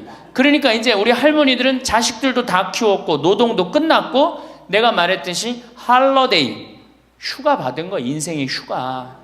이 휴가 받은 이 인생 동안 뒷방에 쭈그리고 살 것이냐, 다녀보지 못한 데 다니고 먹고 싶은 거 못 먹은 거 먹고 다닐 거냐는 누가 결정하냐면 할머니들이 결정하는 거예요. 할머니들이. 내가 남은 이 재산을 가지고 정말로 즐겁게 쓰다가 죽을 땐 정말 행복하게 죽을 거냐, 아니면 70부터 90까지 뒷방에 쭈그리고 앉아서 원망만 하고 저주만 하다가 죽을 거냐, 이게 차원이 굉장히 틀린 거예요. 그래서 우리가 인생을 한 번쯤 내 앞으로 20년이 남았다, 30년이 남았다, 이걸 한 번쯤 깊이 생각해 볼 필요가 있는 거예요. 그래서 이제 나이를 먹으면은 이제 뭐가 문제냐면은 외로움이 제일 먼저 찾아옵니다. OECD 국가 중에 우리나라가 노인 자살률이 1위입니다. 잘 사는 나라 중에 1위예요. 잘 사는 나라 중에 1위인데 일본보다 노인 자살률이 2배가 높아요. 일본보다. 우리가 1996년에는 10만 명당 할머니 할아버지들이 자살하는 할머니들이 28명이었는데 2006년 10만 명당 50명이 훌쩍 넘어버려요. 50명이. 자식도 찾아오지 않고 특히 할머니나 할아버지 둘 중에 하나가 아파서 들어눕거나 세상을 떠나면 급격히 우울해지는 거예요. 여기 우리 할머니들 아까 뭐 말씀 들어보니까 할아버지들 왜 안 모시고 왔냐고 그러니까 집 지켜야 된다고, 그리고 할머니들만 전부 다 오셨다고 그러는데, 우리 할머니들 지금 뭐 자식 걱정하고 자식 신경을 쓰는데 만약에 지금 할아버지가 돌아가시잖아요. 그럼 할머니들은 그날로 고아되는 거예요. 할아버지가 돌아가시는 날로 고아되는 거예요. 왜? 늙은 나랑 누가 밥 아침 점심 저녁 같이 먹어줄 건데, 누가 나랑 같이 텔레비 봐줄 건데, 아무도 없어요. 오로지 남편이 있으니까 어떻게 같이 텔레비전도 보고 밥도 먹고. 혼자 먹는 거랑 같이 먹는 거랑 굉장한 차이가 나요. 혼자 먹는 거랑 같이 먹는 거랑. 그러니까 내가 내 남편이 죽었다, 그날로 고아되는 거예요. 그날로. 올 들어 일본에서 노인이 집에서 병간호하다가 배우자를 살해한 사건이 30건이 발생을 합니다. 그러니까 남편 주로 여자는 자기 남편이 쓰러져도 끝까지 그걸 보살피면서 살아요. 여자는. 근데 남자는요, 보살피다가 지치면요 죽여버려요. 그냥 너무너무 힘들으니까. 그러니까 제일 좋은 건 뭐야? 제일 좋은 거는 남편이 먼저 죽고 그 다음날 여자가 따라 죽는 게 제일 좋은 거예요. 네. 할아버지가 먼저 죽고 그 다음날 할머니가 따라 죽는 게 제일 좋은 거예요. 그러니까 할머니들이 쓰러지면 안 돼요. 할아버지들이 쓰러지면 이게 돌보는데 할머니들이 쓰러지면 안 돼요. 그래서 범행 후 대부분 뭐라 그래? 병간호가 너무 힘들었다, 지쳤다, 그렇게 얘기를 합니다. 올해 5월 26일에 부인을 살해한 할아버지가, 89살 할아버지가 85살짜리 할머니를 죽였어요. 이 할아버지가 대기업 출신으로서 정년퇴직하고 연금생활까지 버젓이 하는 할아버지. 근데 지난 작년 9월부터 부인이 파킨스병에 걸린 거예요. 부인이 우울증까지 이제 겹쳐갖고 한층 어려운 상황이 됐어요. 근데 할아버지가 정말로 성실하게 보살폈어요. 근데 3월 달에 할아버지가 이게 넘어져갖고 여기 대퇴부, 여기가 그냥 엉치뼈가 부러져 버린 거예요. 그러니까 이 병원 치료에도 불구하고 자꾸 힘들어지니까 어떻게? 결국은 남에게 패 끼치니 차라리 죽는 게 낫다. 그러고 그냥 죽여버린 거예요. 근데 이때 이 판결이 어떻게 나왔느냐 하면은, 할아버지가 할머니를 죽인 거를 엄중하게 추궁하면서도 부인이 병 때문에 이전과는 전혀 다른 사람이 된 것을 비관하여 동반 자살을 시도한 것에는 동정의 여지가 있다. 그러면서 3년 징역형을 하고 5년 집행유예를 내려요. 그러면서 마지막 할아버지한테 뭐라고 그러냐면 할머니 명복을 빌어주라고. 그러니까 이제 감옥에는 안 넣은 거죠. 그래서 이제는 정말로 이 노년에 이게 지금 죽느냐 사느냐의 문제야. 외롭고 안 외로우냐의 문제. 이거 외로운 것처럼 무서운 병이 없어요. 제가 여기 생태마을에 혼자 밥 먹잖아요. 사정원에서 혼자 밥 먹어요. 그러면 혼자 밥 먹는 게 뭐가 재밌어요? 작년에 우리 집에 안식년하는 신부님이 2분이 와 계신데, 2분하고 이렇게 밥 먹는데 밥 먹는 시간이 너무 재밌는 거예요. 얘기도 하고 뭐 누구 흉도 보고 뭐 무슨 일 얘기 잘 모르는 정보도 얘기하고, 너무 텔레비전도요. 저는 혼자 텔레비전 보면 재밌을 것 같아요? 재미없어요. 나는 우차사나 개그 콘서트를 한 번도 본 적이 없어요. 근데 안식년하는 신부님 오고 난 다음부터 내가 우차사를 1년 내내 봤다니까. 혼자 보고 웃는 건 그거는 정말로 이상하잖아요. 혼자 보고 막 방에서 혼자 깔깔고 미친 거죠. 혼자 보고 웃고. 근데 신부님하고 나하고 안식년한 이용삼 신부님하고 같이 1년 동안 저녁에 우차사를 봐도 재밌고 뭘 봐도 재밌는 거야. 둘이가 그래서 좋은 거예요. 신부 그냥 혼자 밥 세끼 먹고 혼자 저녁에 텔레비전 보고 정말로 그거 쉬운 게 아니거든요. 근데 할머니들은 나는 원래 처음부터 그랬으니까 그거를 했는데 둘이 텔레비전 보고 둘이 밥 먹다가 어느 날 갑자기 둘 중에 하나가 죽었다. 그럼 그날로 고아되는 거예요. 그 외로운 시간을 자식들이 이해하지 못한단 말이에요. 절대 이해하지 못해요. 그래서 다정하게 와서 아침부터 저녁까지 있었던 일을 얘기하겠어요? 뭘 얘기하겠어요? 근데 우리나라는 이 부부가 60 넘은 부부가 애인같이 살아야 되는데 이건 애인같이 사는 게 아니라 왼수같이 살아. 그래요, 안 그래요? 왜? 우리는 결혼하자마자 어떻게 했어? 자식 키우느냐고 엄마는 정신없이 바쁘고 아빠는 나가서 돈 버느냐고 정신없이 바빴어요. 그래갖고 둘이서 데이트할 기회가 없었어. 연애할 시간이 없었어. 근데 어느 날 갑자기 그래서 우리나라는 안사람 바깥사람 그랬잖아요. 근데 어느 날 갑자기 바깥사람이 이게 안 죽으면서 당신이 이제 사회에서 필요 없으니까 어떻게 해라, 집으로 가라. 그래갖고 집에 들어가고 안방에 들어와서 안사람이 되는 거예요. 평생 사랑한다는 말 한 번 안 하고 다정하게 뽀뽀 한 번 안 했는데 이게 둘이서 같이 사니 이게 집안이 평화로워요? 안 평화롭지? 그러니까 서양은 20대 만나갖고 안 맞으면 30대 바꾸고 30대 만나갖고 안 맞으면 40대 바꾸고 40대 만나갖고 안 맞으면 50대 바꾼 부부가 50대부터 100살까지 애인같이 산대요. 소중함을 알아서. 근데 우리는 20대부터 50대까지 한 번도 안 바꾸는 거야. 한 번도 안 바꾸고 어느 날 갑자기 바깥에서 전심 저녁 먹고 들어오던 사람을 이게 밥 새끼를 다 차려줘야 되니 이게 쉬워요? 쉽지 않지. 그러니까 왼수라고 그러는 거지. 왼수. 애인이 아니고. 방도 어떻게 써?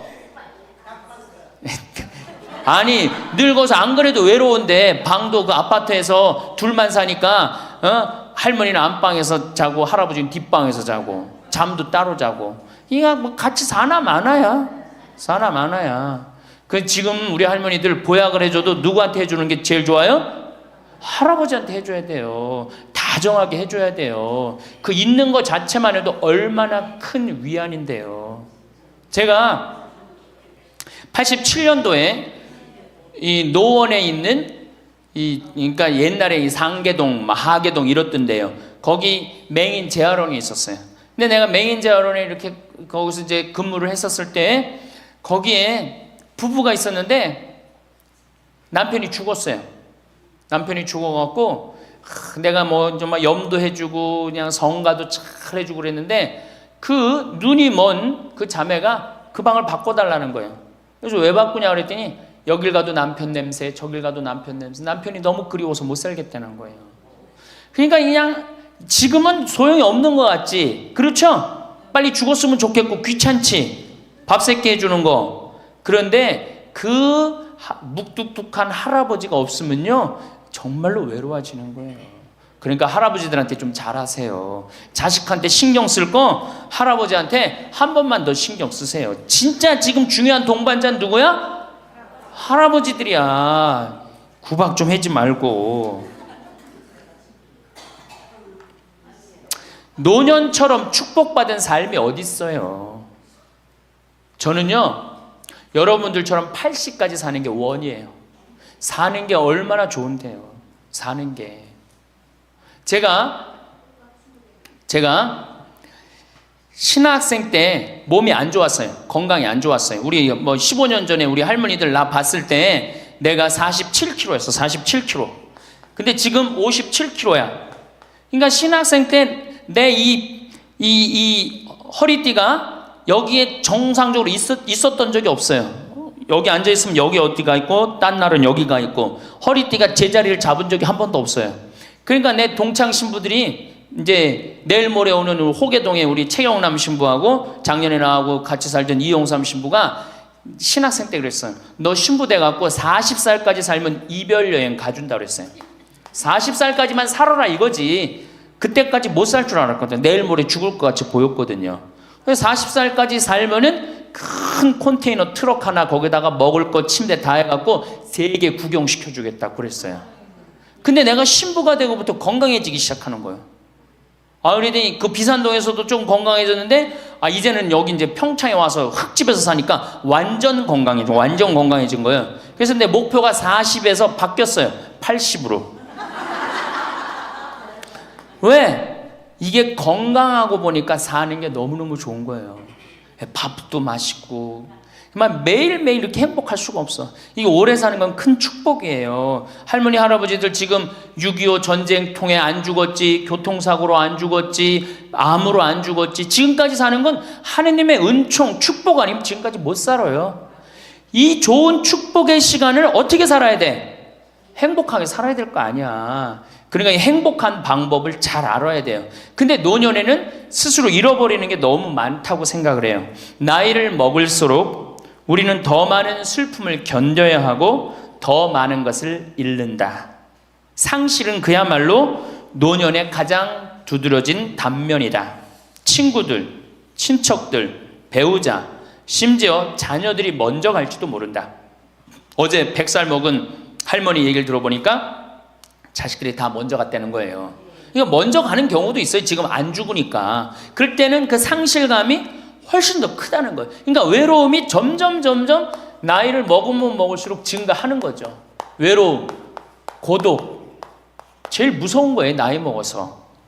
상실은 단순히 죽음만을 뜻하지 않는다. 삶의 모든 측면이 상실의 영향을 받는 듯하다. 상실은 사회적, 경제적인 것에 국한되지 않는다.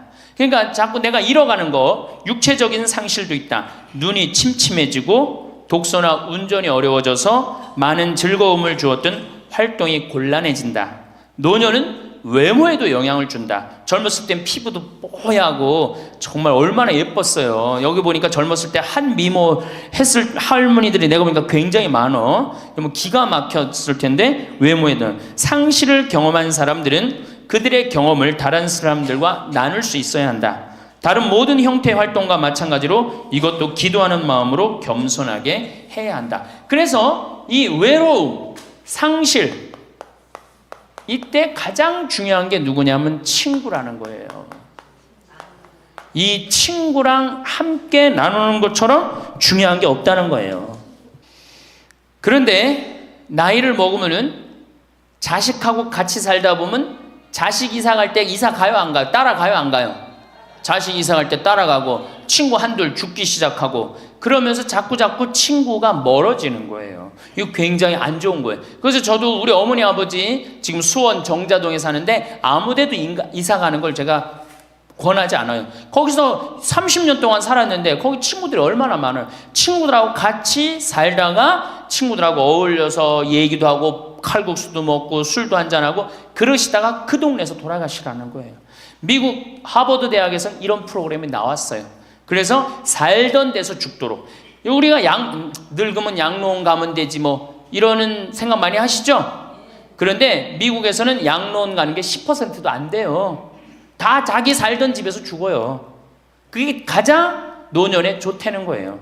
그러니까 할머니들도 어디 이사 갈 생각하지 말고 어떻게 살던 데서 살다가 죽는 게 제일 좋은 거예요. 누구랑? 친구랑. 아니 손자가 같이 놀아줘, 아들이 같이 놀아줘. 손자는 학원 다니기 바쁘고 학교 다니기 바쁘고 근데 언제 같이 놀아줘? 그놈은 손자한테 용돈 줄 돈 있으면 그 돈 가지고 친구하고 냉면 사 먹는 게 훨씬 나은 거예요. 정신 똑바로 차려. 지금 막걸리 먹고 해롱해롱 할 때가 아니에요 지금.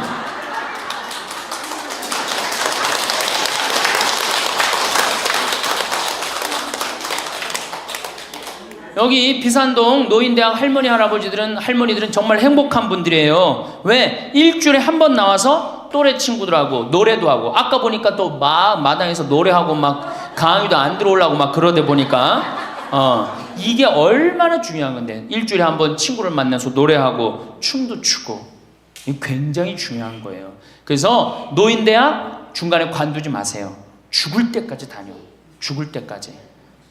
그거 가면 밥도 그냥 주잖아. 이야 얼마나 좋아. 아니 노인대학 다니까 지금 수학여행 온 거 아니야? 1박 2일? 수학여행도 오고. 아유 한 신부님이 얼마나 훌륭해. 그냥 이쁘게 생기기도 했지만 얼마나 훌륭해. 할머니들 그냥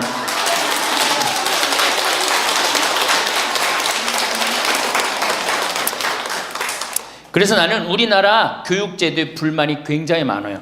왜냐? 초등학교 6년, 중고등학교 6년, 대학교 4년 배워서 60까지 먹고 사는 거예요. 그렇죠? 초등학교 6년, 중고등학교 6년, 대학교 4년 배워서 60까지 울고 먹는 거예요. 그럼 25에서 60까지. 그럼 보통 한 30살 되면은 한 30년 울고 먹고 사는 거예요. 자, 60부터 지금 100살까지 살아. 그럼 몇 년이야? 40년이죠? 이 40년 울고 먹으려면 어떻게 해야 돼? 다시 학교 다녀야 돼요. 배워야 된다는 얘기예요. 그래서 여러분들 지금 대학 다니는 거 아니야? 노인대학? 그렇죠? 그러니까 이 노인대학이 천주교가 제일 잘하는 것 중에 하나가 뭐예요 지금? 노인대학이에요. 정말로 잘하고 있는 거예요. 저는 우리나라 교육제도에 불만이 많은 사람이에요.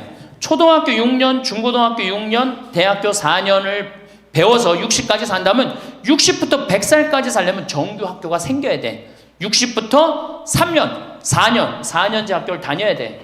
그래서 지금 초등학교를 세우는 게 중요한 게 아니라 시니어, 노인 대학을 전부 다 동네마다 학교에 세워갖고 60살 되면은 아예 여기 의무 교육을 해야 돼. 4년 동안 배워갖고 나머지 100년, 40년 살 거를 재산 관리는 어떻게 하고, 건강 관리는 어떻게 하고, 친구 관리는 어떻게 하고, 본인이 이제까지 살아온 그 재능을 어떻게 키워주는 거. 그래서 이 학교 안 나오면 살지 말어, 100살까지.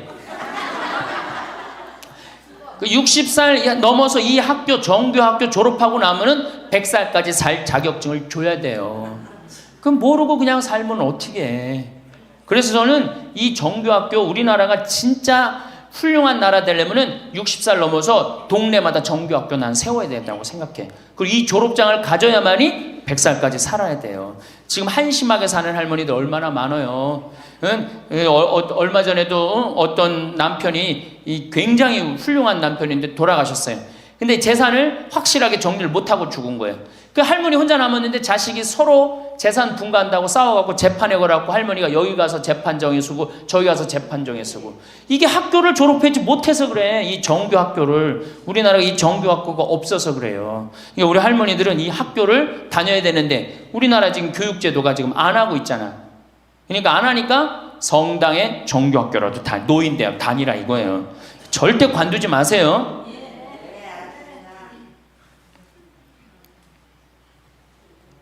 호주에서는 다른 사람 절대 안 만난 할머니가 돌아가셨는데 어떻게 6개월 동안 그 할머니가 죽었는지 아무도 모르는 거예요.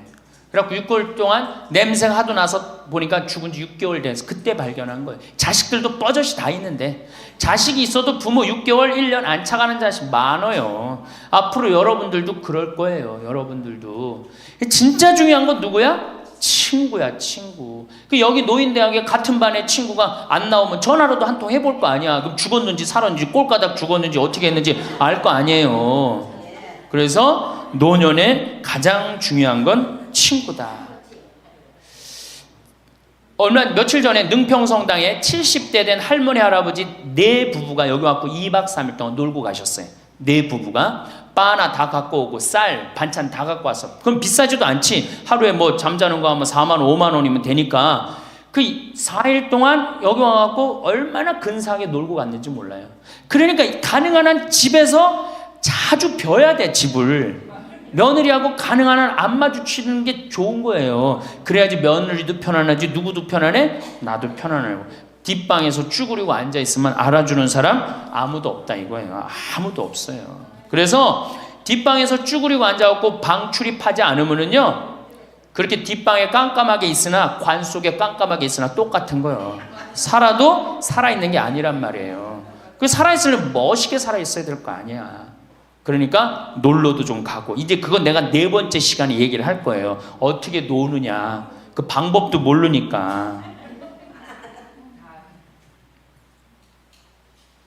저는 우리나라 지금 주일학교, 우리 수원교구가 이 신호도수가 청소년 신앙의 뭐 활성화인가 그래요. 예, 청소년.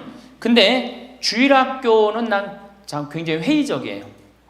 왜냐하면 우리나라 교육제도에서요, 신앙생활을 잘할 수 있는 교육제도가 아니에요. 우리나라 교육제도가. 학원 죽으라고 다니고 그렇게 지쳤는데 토요일날 일요일날 겨우 쉴만하는데 성당 가고 점점 성당이 부담스럽잖아요. 그러니까 주일학교에 있는 돈 없는 돈 다 쏟아넣어. 보좌신부가 그냥 총력을 기울여 주일학교에. 그 6학년 졸업하고 나면은 이놈들이 중고등학교 가면요 학원 다니고 대학 가야 된다고 성당 다 안 나와요. 그러니까 초등학교가 1000명이면 중고등학교는 100명으로 줄어들어요. 여기다 뭘 돈을 쏟아넣고 그래. 주일학교 2박 3일 여름 피정 데리고 가는 것보다 진짜 중요한 건 노인대학이야. 노인대학은요 줄어들지도 않아. 죽지도 않으니까 줄어들지도 않고 그대로 가는 거야. 얼마나 좋아. 그리고 성당 평일미사 다 메우는 사람들 누구야? 할머니 할아버지들 아니야. 주일날 성당 다 메우는 사람들 누구야? 연령 저 초상 남은 거기 갖고 연도 다 바치는 사람들 누구야? 이게 노인처럼 중요한 게 없는 거야. 그러니까 보좌신부는 주일학교 애들을 위한 보좌신부가 아니고 누구를 위한 보좌신부여야 돼? 노인댁을 위한. 이 새파란 신부가 와서 할머니들한테 재롱 피면 좋아 안 좋아? 그냥 우리 할머니들 보좌신부 보기만 해도 좋죠? 근데 왜 그 보좌신부를 주일학교 애들한테 쏟아 넣느냐고. 참 진짜 노인대학이 중요한 거예요. 그래서 우리 할머니 할아버지들 이거 관두지 말고 꼭 열심히 다니세요. 아셨어요? 네. 자, 이제 노년의 첫 번째 외롭다 말씀드렸어요. 외롭다. 예. 두 번째로는 노년에 이 자식들하고 문제예요. 자식들하고 갈등이 생기기 시작해요. 내가 이렇게 많이 쏟아 넣었는데 너는 나한테 해주는 게 뭐가 있느냐. 이렇게 계속 섭섭해요. 근데 사실 자식들도 살기 힘들어요. 생각해봐. 자식들 아파트 청약 봐야지. 애들 학원 보내야지. 전기세 내야지. 전화비 내야지. 먹어야지. 그렇죠? 그 자가용 타고 다니면 요즘 기름값 올라가면 기름값 내야지. 아프면 또 저기 뭐 병원 가야지. 대충 따져보니까 한 달에 최소한 라면만 먹어도요 150만 원에서 180만 원이 들어가요.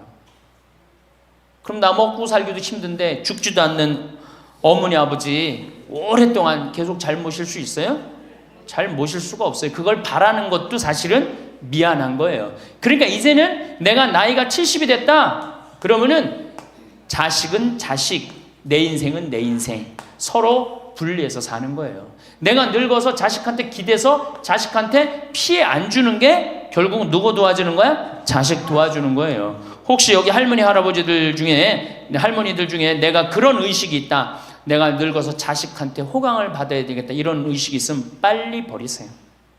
이제 나 혼자 내 인생 살아가야 된다. 그게 가장 중요한 생각이에요. 그래야지 나중에 자식도 부모한테 계속 사랑을 할 수가 있어요. 가기만 하면 원망하고 이번 추석 때도 그런 사람들 많을 거야. 많이 싸웠을 거야. 응? 옆집 할망구는 아들이 와갖고 냉면도 사주고 갈비도 사줬다는데 나는 큰아들이 사줄래나 둘째 아들이 사줄래나 막내딸이 사줄래나 근데 나한테 사주는 놈 한 놈 없다. 그러면 자식들이 지겨운 거예요. 하루 이틀 그 소리 하는 것도 아니고. 나는요 냉면 먹고 싶으면요 내 돈 주고 내가 가서 사 먹어요. 냉면 먹고 싶은 거 누구만 알아? 내가 지금 냉면 먹고 싶은 거 누구만 알아? 나만 아는 거야. 나만 아니까 누가 나한테 사줘야 돼? 내가 나한테 사줘야 되는 거야. 내가 나한테. 누구한테 그걸 사주기를 원해. 70, 80이 돼서. 그래서 제발 재산, 집 자식한테 물려줄 생각하지 말고 집 은행에 담보로 맡기고 다 쓰다가 통장에 얼마만 남기고 주고? 이제 교육의 효과가 나옵니다. 500만 원만 남기고 죽어요. 모자라는 거는 뭘로 충당하면 돼? 부조금으로 충당하면 돼. 그 죽을 땐 어떻게 죽어? 꼴가닥 죽으면 돼요.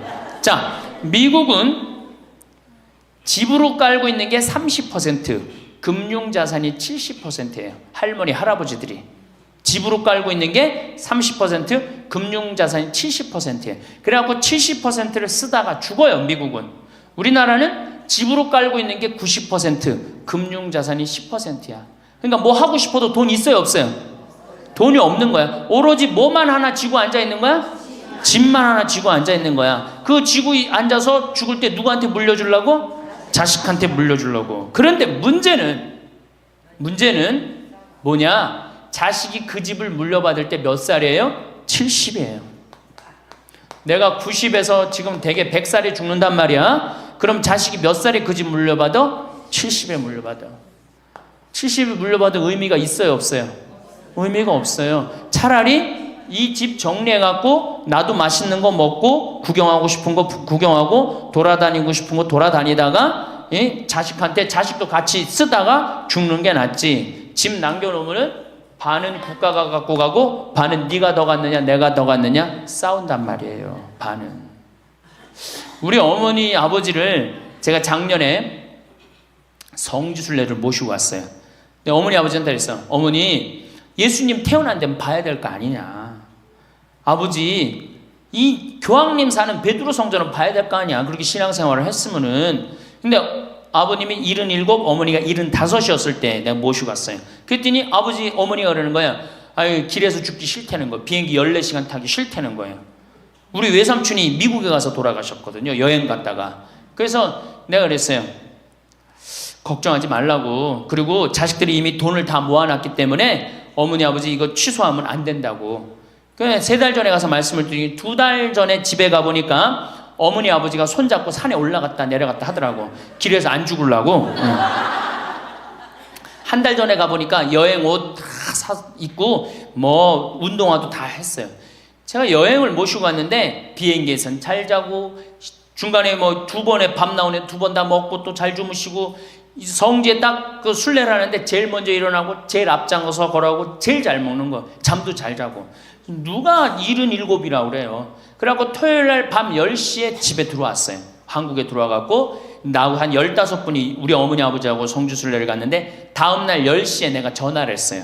10시에 전화를 했는데 성주순례 갔다 온 분들 다 괜찮은가 확인했는데 다 비몽사몽 전화를 받는 거예요. 40대 50대 된 분들이 갔었는데 근데 집에 전화했는데 어머니 아버지가 전화를 안 받는 거예요. 걱정이 되고 계속 전화를 했는데 2시에 이제 통화가 됐어요. 아유, 왜 전화 안 받느냐고? 아버지는 약수터에 물 들어가고요. 어머니는 머리하러 가신 거야. 그렇게 13일 동안을 여행을 갔다 오고 다음 날도 안 죽어요. 지금 77, 75 말도 아니에요.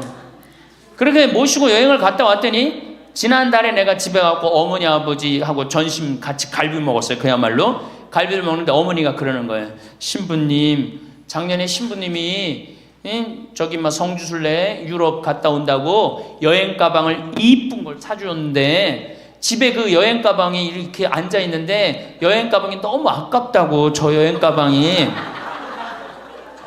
또 가자 이거지. 그래서 제가 그랬어요. 알았다고. 올해는 경제가 어려우니까 내년에 내가 모시고 가겠다고. 그래서 내년 모시고 갈 계획이에요. 왜?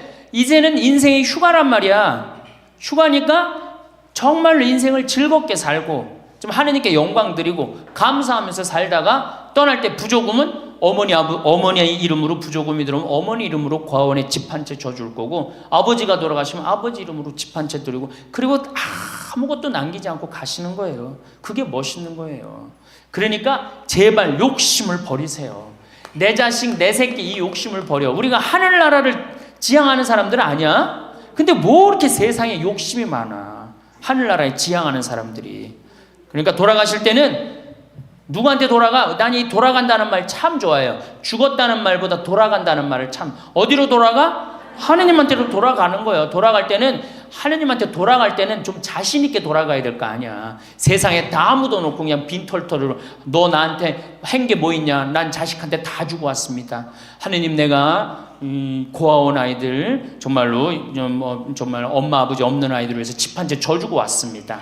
나보다 훨씬 더 불쌍한 할머니 할아버지들 위해서 집 한 채 져주고 왔습니다. 이게 나요? 내가 자식한테 물려주는데 국가가 반 갖고 가고 자식이 갖고 싸웁니다. 지금 이게 나요? 어느 게 나요? 이렇게 얘기해도 집에 가보면은 말짱 노름목이에요. 자, 그래서 우리 할머니들 제발 내가 자식한테 집 물려준다는 생각하지 말고 그거 아까 조사해보니까 4억에서 5억 정도 한다며요. 내일 집에 돌아가면 바로 은행에 가세요. 응? 그래갖고 바로 은행에 잡혀갖고 한 달에 2억이면 20년 쓸 수 있어요. 한 달에 200만 원. 그러니까 100만 원씩. 한 달에 100만 원이면 쓸만해 안 쓸만해요? 쓸만하죠? 예, 그건 뭐 내가 이제 다음 시간에 말씀을 드릴 거예요. 자, 외롭고 친구가 없고 그 다음에 자식하고 관계가 안 좋아져요. 그 다음에 나이를 먹으면은 몸이 여기저기에 아파요. 잘생기고 이뻤던 얼굴에 검버섯이 피죠. 그렇죠? 곱고 이뻤던 얼굴이 쭈글쭈글해지고, 그렇죠?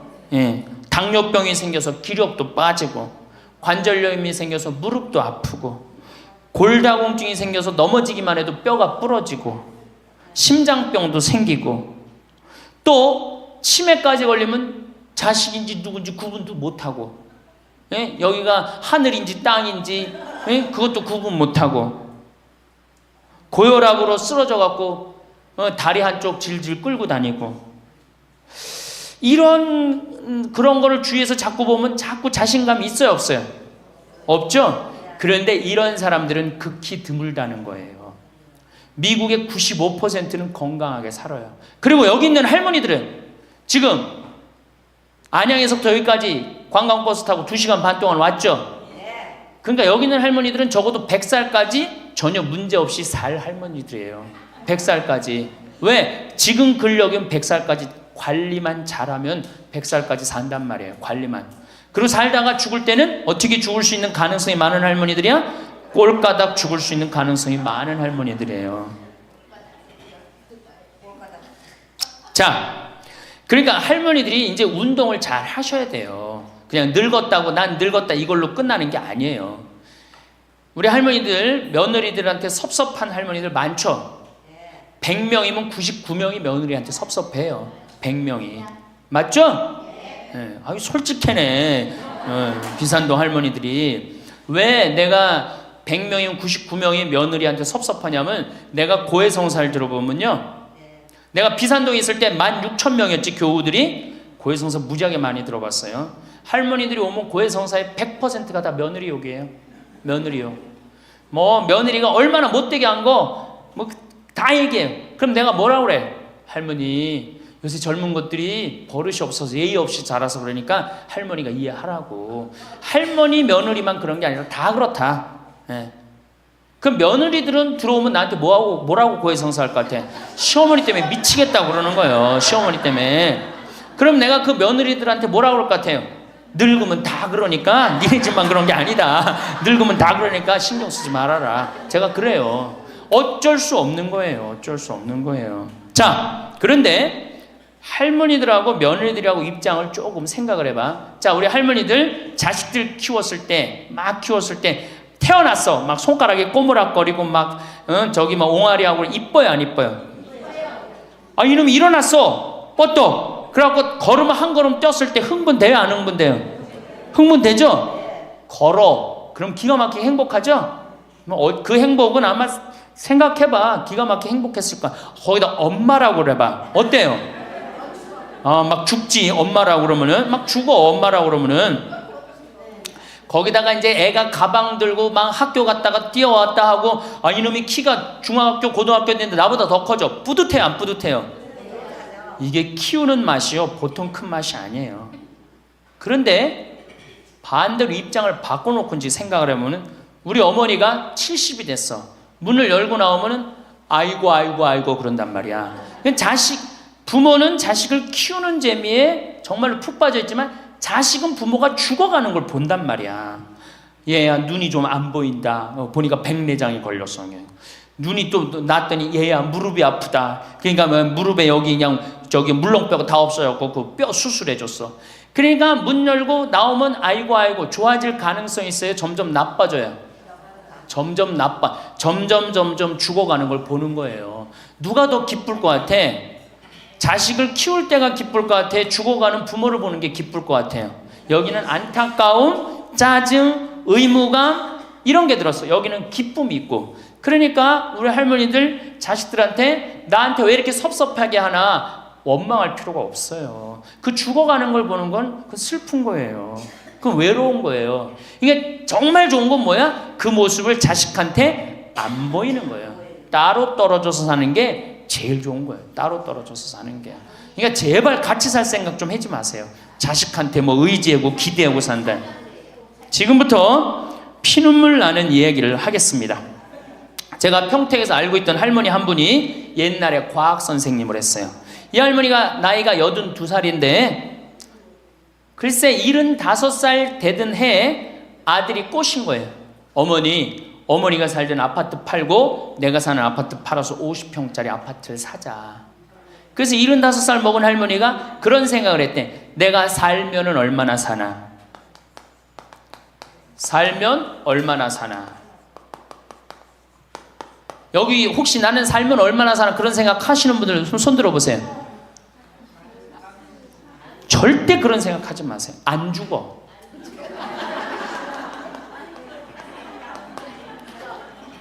얼마 전에 102살 먹은 할머니한테 인터뷰를 했어요. 기자가. 할머니 제일 후회스러운 게 뭐예요? 그랬더니 70살에 그랬대. 내가 살면 얼마나 사나? 내일 모레면 죽겠지. 내일 모레면 죽겠지. 그런 생각을 했대요. 그래서 자식들이 어머니 어디 여행 갑시다. 그럼 내가 살면 얼마나 사는데 무슨 여행이냐. 니네들이나 갔다 와라. 난 여기 있을 테니까. 그러는데 80이 돼도 안 죽더래요. 80이 돼갖고 그런 생각을 했대. 이젠 진짜 내일 모레면 죽을 거다. 내일 모레면 죽을 거다. 어머니 내가 갈비 사드릴 테니까 갈비 니네나 먹으러 가라. 난 내일 모레면 죽을 건데 무슨 갈비가 필요하냐. 그리고 뒷방에 있었다는 거예요. 근데 90이 됐는데 그때도 안 죽더래요. 그래갖고 90이 돼갖고 진짜 내일 모레면 죽을 거다. 진짜 내일 모레. 그리고 100살까지 산 거예요. 이 할머니가. 제일 후회되는 게 뭐냐 그러니까 30년 동안 내일 모레면 죽을 거다. 그리고 뒷방에 앉아있던 게 제일 후회된다는 거예요. 30년이 짧은 세월이에요?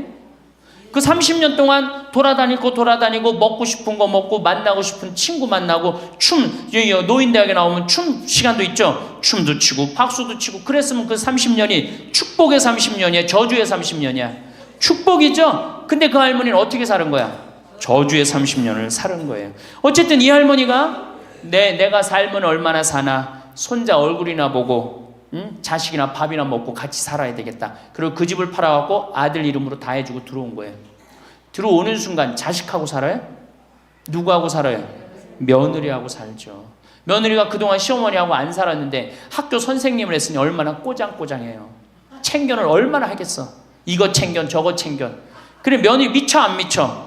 미치죠. 며느리 성당도 나가기 싫은 거. 시어머니 열심히 나가는 성당. 그러니까 어떻게 성당 안 나가는데 성당 안 나간다고 또 욕하고. 그러니까 점점 원수가 되는 거예요. 그러니까 며느리가 나 어머니랑 밥 먹는 거 체하니까 안 된다. 어머니 들어가갖고 방에서 들어가 먹어라. 밥도 같이 못 먹는 거 방에 들어가고 혼자 먹는 거예요. 손자하고 밥 먹으려고 합쳤는데 구박을 받는 거지. 하루는 날 찾아갖고 신부님 머리 좀 만져보라는 거예요. 머리를 만져보니까 혹이 이렇게 2개가 났어. 보온병으로 며느리가 때린 거예요. 아니 60 먹은 며느리가 80 먹은 며느리랑 싸우면은 누가 이겨요? 60 먹은 며느리가 이기게 돼 있어요. 30대 며느리는 울면서 참지만 60대 된 며느리는 안 참아요. 같이 싸우지. 그래갖고 혹이 이렇게 2개가 나서 왔어요. 할머니 왜 그러고 사냐. 나하고 저 소송 걸자. 그럼 지금 아파트가 8억이니까 할머니 25평 그쪽 25평이니까 4억이니까 할머니 4억 찾아갖고 우리 집에 오면은 내가 죽을 때까지 평창에서 모시고 살겠다. 4억이면 그래 82이니까 100살까지면 4억이면 살거든요. 그래 살자. 그래갖고 나하고 고소장을 다 썼어요. 학교 선생님이라 얼마나 잘 썼는지 몰라. 그래갖고 재판 날짜를 이제 잡아갖고 변호사 다 해갖고 보냈어. 재판이 지나고 났는데 1주일이 돼도 안 나타나고 2주일이 돼도 안 나타나는 거야. 한 달 만에 성당에 나타났어. 제가 할머니 어떻게 된 거냐 그랬더니 재판하는 날 아들이 무릎 꿇고 어머니 재판 취하해 주면 내가 잘 모시겠다고. 그래서 취하를 했다는 거예요. 그게 취하를 한 거. 그래 할머니 그럼 나한테 뭐야 그래 나를 나쁜 놈으로 만들었느냐. 자식 욕하고 며느리 욕하게 만들었느냐. 신부님 자식 이기는 부모 어디 있느냐고. 자식이 잘하겠다는데 어떻게 내가 그거를 우기느냐고. 이미 80 넘어서 자식 아니에요. 왼수예요, 왼수. 그래갖고 할머니 이제 자식한테 맞고 살던 나한테 찾아오지 말아라. 3달 됐는데 새벽에 전화가 왔어. 신부님 저 마리아예요. 그래서 어떻게 된 거냐 할머니 왜 성당 요새 안 나타나느냐 그랬더니 그 집에 사는 게 너무 괴로워서 스스로 전라도에 있는 양론에 들어간 거예요. 자식한테 재산을 주면 3가지를 잃어버려요. 첫 번째, 자식을 잃어버려요. 두 번째, 본인의 인생을 잃어버려요. 세 번째, 재산을 잃어버려요. 그러니까 우리 할머니들은 자식도 안 잃어버리고 인생도 안 잃어버리고 재산도 안 잃어버리려면 어떻게 해야 돼? 자식하고 따로 내가 가지고 있는 은행에 가서 담보로 넣고 그거 쓰다가 다 쓰다가 죽는 게 제일 좋은 거예요. 자식한테 피해 안 주고. 그러면은 신부님 나 늙어서 죽을 때 어떻게 해? 늙으면은 남들이 알아서 해주겠지 이런 생각한단 말이야. 그래서 내가 항상 하는 얘기가 거지 근성을 버려라. 남들이 뭘 알아서 해줘. 나 늙은 나를 누가 책임져줘? 누가 책임져야 돼? 내가 책임져야 돼요. 그래서 내가 공부하고 내가 따라다니면서 배워야 돼. 그래서 60부터 64살까지 정규학교를 다녀야 돼. 이런 거 배우는 거. 근데 우리나라가 이 정규학교가 없는 게 너무너무 안타까운 거예요. 자, 그러면은 지금 시간이 없으니까 내가 아까 아주 얘기하던 거. 자, 그러면 자식들한테 어떻게 서름을 받느냐? 처음에는 무관심해요. 늙은 부모한테 무관심해. 밥을 먹거나 말거나 전심을 뭘 먹었는지 반찬을 뭘 먹었는지 우리 어머니가 노인정을 어디 나가는지 몰라. 무관심이야. 무관심. 요거는 중요하니까 다음 시간에 합시다. 이거 그냥 스쳐 넘어가면 안 될 것 같아. 제대로 다음 시간에 얘기, 노년에 자식들한테 어떻게 구박을 받는지 구체적으로 얘기를 하고 다음 시간에 우리 얘기하는 걸로 하겠습니다. 예, 감사합니다.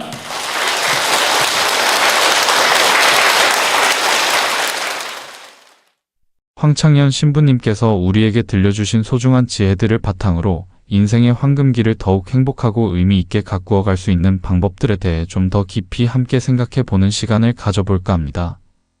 신부님의 통찰은 우리 삶의 중요한 전환점에서 따뜻한 등불이 되어줄 수 있다고 생각합니다. 첫째로 신부님의 말씀을 다시금 떠올려보면 현대 사회는 우리에게 이전 세대와는 비교할 수 없을 만큼 긴 노년의 시간을 선물로 주었습니다. 이 늘어난 시간을 단순히 남은 시간으로 여기기보다 새롭게 주어진 기회의 시간으로 바라보는 것은 어떨까 합니다. 과거에는 생업과 자녀 양육에 집중했다면 이제는 오롯이 자신을 위한 시간, 평소 꿈꿔왔지만 미처 시도하지 못했던 일들을 펼쳐볼 수 있는 소중한 기회로 삼아 이전과는 다른 우리만의 풍요로운 인생 후반전을 적극적으로 설계해보는 일에 대해 함께 고민해보면 좋겠습니다. 마치 인생이라는 책에 흥미진진한 다음 장을 직접 써내려가듯 앞으로 펼쳐질 20년, 30년을 위한 구체적인 목표와 계획을 세우는 것은 그 자체로 큰 설렘과 활력을 가져다 줄 것입니다. 둘째로 노년기에 찾아올 수 있는 큰 그림자 중 하나로 신부님은 외로움을 자주 언급하십니다. 이 외로움을 지혜롭게 다스리고 삶의 기쁨으로 전환시키는 방법으로 마음을 터놓고 나눌 수 있는 친구들과의 깊은 유대가 얼마나 중요한지 다시 한번 깊이 생각하게 됩니다. 물론 가족도 더없이 소중한 존재이지만 비슷한 인생 경험과 감정을 공유하는 동년배 친구들과의 교류에서 오는 정서적 지지와 위안은 노년의 행복에 빼놓을 수 없는 요소입니다. 그래서 복지관이나 경로당, 노인대학, 혹은 다양한 취미, 동호회나 자원봉사활동 등에 적극적으로 참여하며 새로운 관계를 만들고 오랜 친구들과의 만남도 더욱 소중히 가꾸어 나가는 것이 좋다고 많은 이들이 이야기합니다. 또한 새로운 친구를 사귈 때는 열린 마음으로 먼저 다가가고 상대방의 이야기를 경청하는 자세가 중요하며 이러한 노력들이 모여 삶을 더욱 풍요롭게 만들 것입니다. 자녀를 따라 익숙한 생활 터전과 소중한 친구들을 떠나 낯선 환경으로 거처를 옮기는 것은 그래서 더욱 신중한 고민과 준비가 필요한 부분입니다. 셋째로 자녀들과의 관계에 대해서도 새로운 관점과 지혜로운 접근이 필요하다는 것을 신부님의 말씀을 통해 깨닫습니다. 이제는 자녀에게 모든 것을 기대고 의존하기보다는 부모로서 독립적이고 활기찬 모습으로 자신의 삶을 주체적으로 살아가는 것이 우리 자신에게도 그리고 자녀들에게도 더 긍정적인 영향을 줄 수 있다는 점을 함께 생각해 봅니다. 스스로 행복을 창조하고 만족스러운 노년을 보내는 부모의 모습은 자녀에게 정신적인 부담 대신 오히려 존경과 사랑의 마음을 불러일으킬 수 있습니다. 또한 재산 문제에 있어서도 모든 것을 미리 자녀에게 넘겨주기보다는 우리 자신의 안정되고 품위 있는 노후 생활과 개인적인 즐거움을 위해 충분한 부분을 계획적으로 확보하는 것이 얼마나 현명하고 중요한 일인지 되새겨 보아야 합니다. 이러한 경제적 자립은 노년의 자존감을 지키는 든든한 버팀목이 되며 자녀와의 관계에서도 불필요한 갈등을 예방하는 데 도움이 될 수 있습니다. 넷째, 행복하고 활기찬 노년의 가장 기본적인 조건은 역시 건강이라는 점을 아무리 강조해도 지나치지 않습니다. 신체적인 변화를 자연스러운 과정으로 받아들이면서도 이에 너무 위축되거나 방치하기보다는 꾸준한 자기 관리와 예방적 노력으로 건강을 적극적으로 돌보는 것이 중요하다고 수많은 전문가와 신부님께서도 강조하십니다. 걷기나 수영, 가벼운 체조나 근력 운동 등 자신에게 잘 맞고 즐겁게 지속할 수 있는 활동을 찾아 규칙적으로 실천하는 생활 습관의 중요성을 다시금 생각합니다. 이와 함께 나는 오늘도 건강하고 활기차게 살아갈 수 있다는 긍정적인 마음가짐과 더불어 일상의 작은 것들에도 감사할 줄 아는 태도, 그리고 사소한 일에서도 기쁨과 즐거움을 발견하려는 여유로운 마음은 정신 건강을 위한 더없이 좋은 영양제가 될 수 있습니다. 스트레스 관리 기법을 배우거나 명상, 자연과의 교감 등을 통해 마음의 평온을 찾는 노력도 건강한 노년을 위해 매우 유익합니다. 다섯째, 배움에는 나이가 없다는 평범한 진리를 신부님의 말씀을 통해 더욱 특별하게 되새겨봅니다. 실제로 60을 넘어서도 혹은 70, 80이 되어서도 새로운 지식이나 기술을 배우고 도전하는 것은 메마르기 쉬운 일상에 큰 활력과 샘솟는 기쁨을 더해줍니다. 과거에는 시간이나 여러 여건이 허락하지 않아 배우지 못했던 것들, 예를 들어 평소 관심 있던 외국어나 악기 연주, 컴퓨터나 스마트폰 활용법, 미술이나 서예, 인문학 강의 등의 용기를 내어 도전해보는 것은 어떨까 합니다. 이러한 배움의 과정은 단순히 지식을 습득하는 것을 넘어 뇌 기능을 활성화시켜 치매 예방에도 긍정적인 영향을 미치고 새로운 목표를 성취함으로써 얻는 만족감과 자신감은 삶의 질을 한층 높여줍니다. 또한 배움의 터전에서 비슷한 관심사를 가진 새로운 친구들을 만나는 소중한 사회적 연결의 기회가 되기도 합니다. 여섯째, 가족관계, 특히 성인이 된 자녀의 배우자, 즉 며느리나 사위와 같은 새로운 가족 구성원과의 관계에서는 서로의 입장과 감정을 깊이 헤아리고 존중하려는 성숙한 마음가짐이 중요하다고들 합니다. 때로는 문화적 차이나 세대 차이로 인해 서운함이나 오해가 생길 수 있지만 그들 역시 각자의 삶의 무게와 어려움 속에서 최선을 다해 살아가고 있음을 이해하려는 노력이 필요합니다.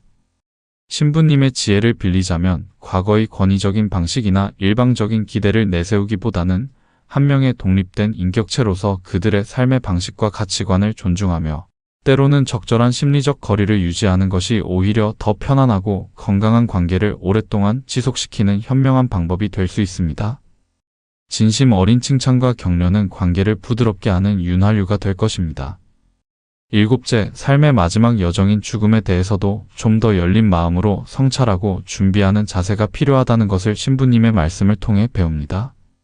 죽음을 단지 어둡고 두려운 종말로만 여기기보다 모든 생명에게 주어진 자연스러운 삶의 한 과정으로 받아들이고 남은 시간을 더욱 의미 있고 충실하게 보내는 데 집중하는 자세를 가져보는 것입니다.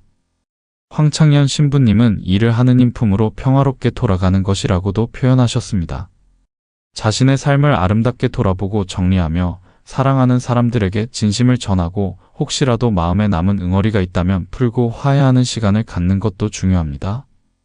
또한 자신의 유산을 어떻게 남길 것인가에 대해 미리 생각해보고 재산을 꼭 혈연 중심의 자녀에게만 물려주기보다 사회의 발전이나 어려운 이웃을 위해 의미 있는 방식으로 환원하는 것도 우리가 함께 고려해 볼 수 있는 매우 가치 있고 아름다운 선택지 중 하나입니다. 결국 행복하고 충만한 노년은 그저 수동적으로 기다리는 것이 아니라 우리 스스로가 하루하루의 생각과 행동을 통해 적극적으로 만들어가는 창조적인 여정임을 다시 한번 깊이 생각하게 됩니다. 외로움은 따뜻한 인간관계와 교류로 채우고 몸과 마음은 꾸준한 관심과 사랑으로 돌보며 끊임없는 배움과 성찰을 통해 삶을 더욱 풍요롭게 가꾸어 나가는 것, 이것이 바로 황창현 신부님의 말씀을 통해 우리가 함께 그려볼 수 있는 빛나고 아름다운 노년의 모습이 아닐까 합니다. 여러분의 소중한 황금기가 늘 건강과 기쁨 그리고 평안으로 가득하시기를 진심으로 응원합니다.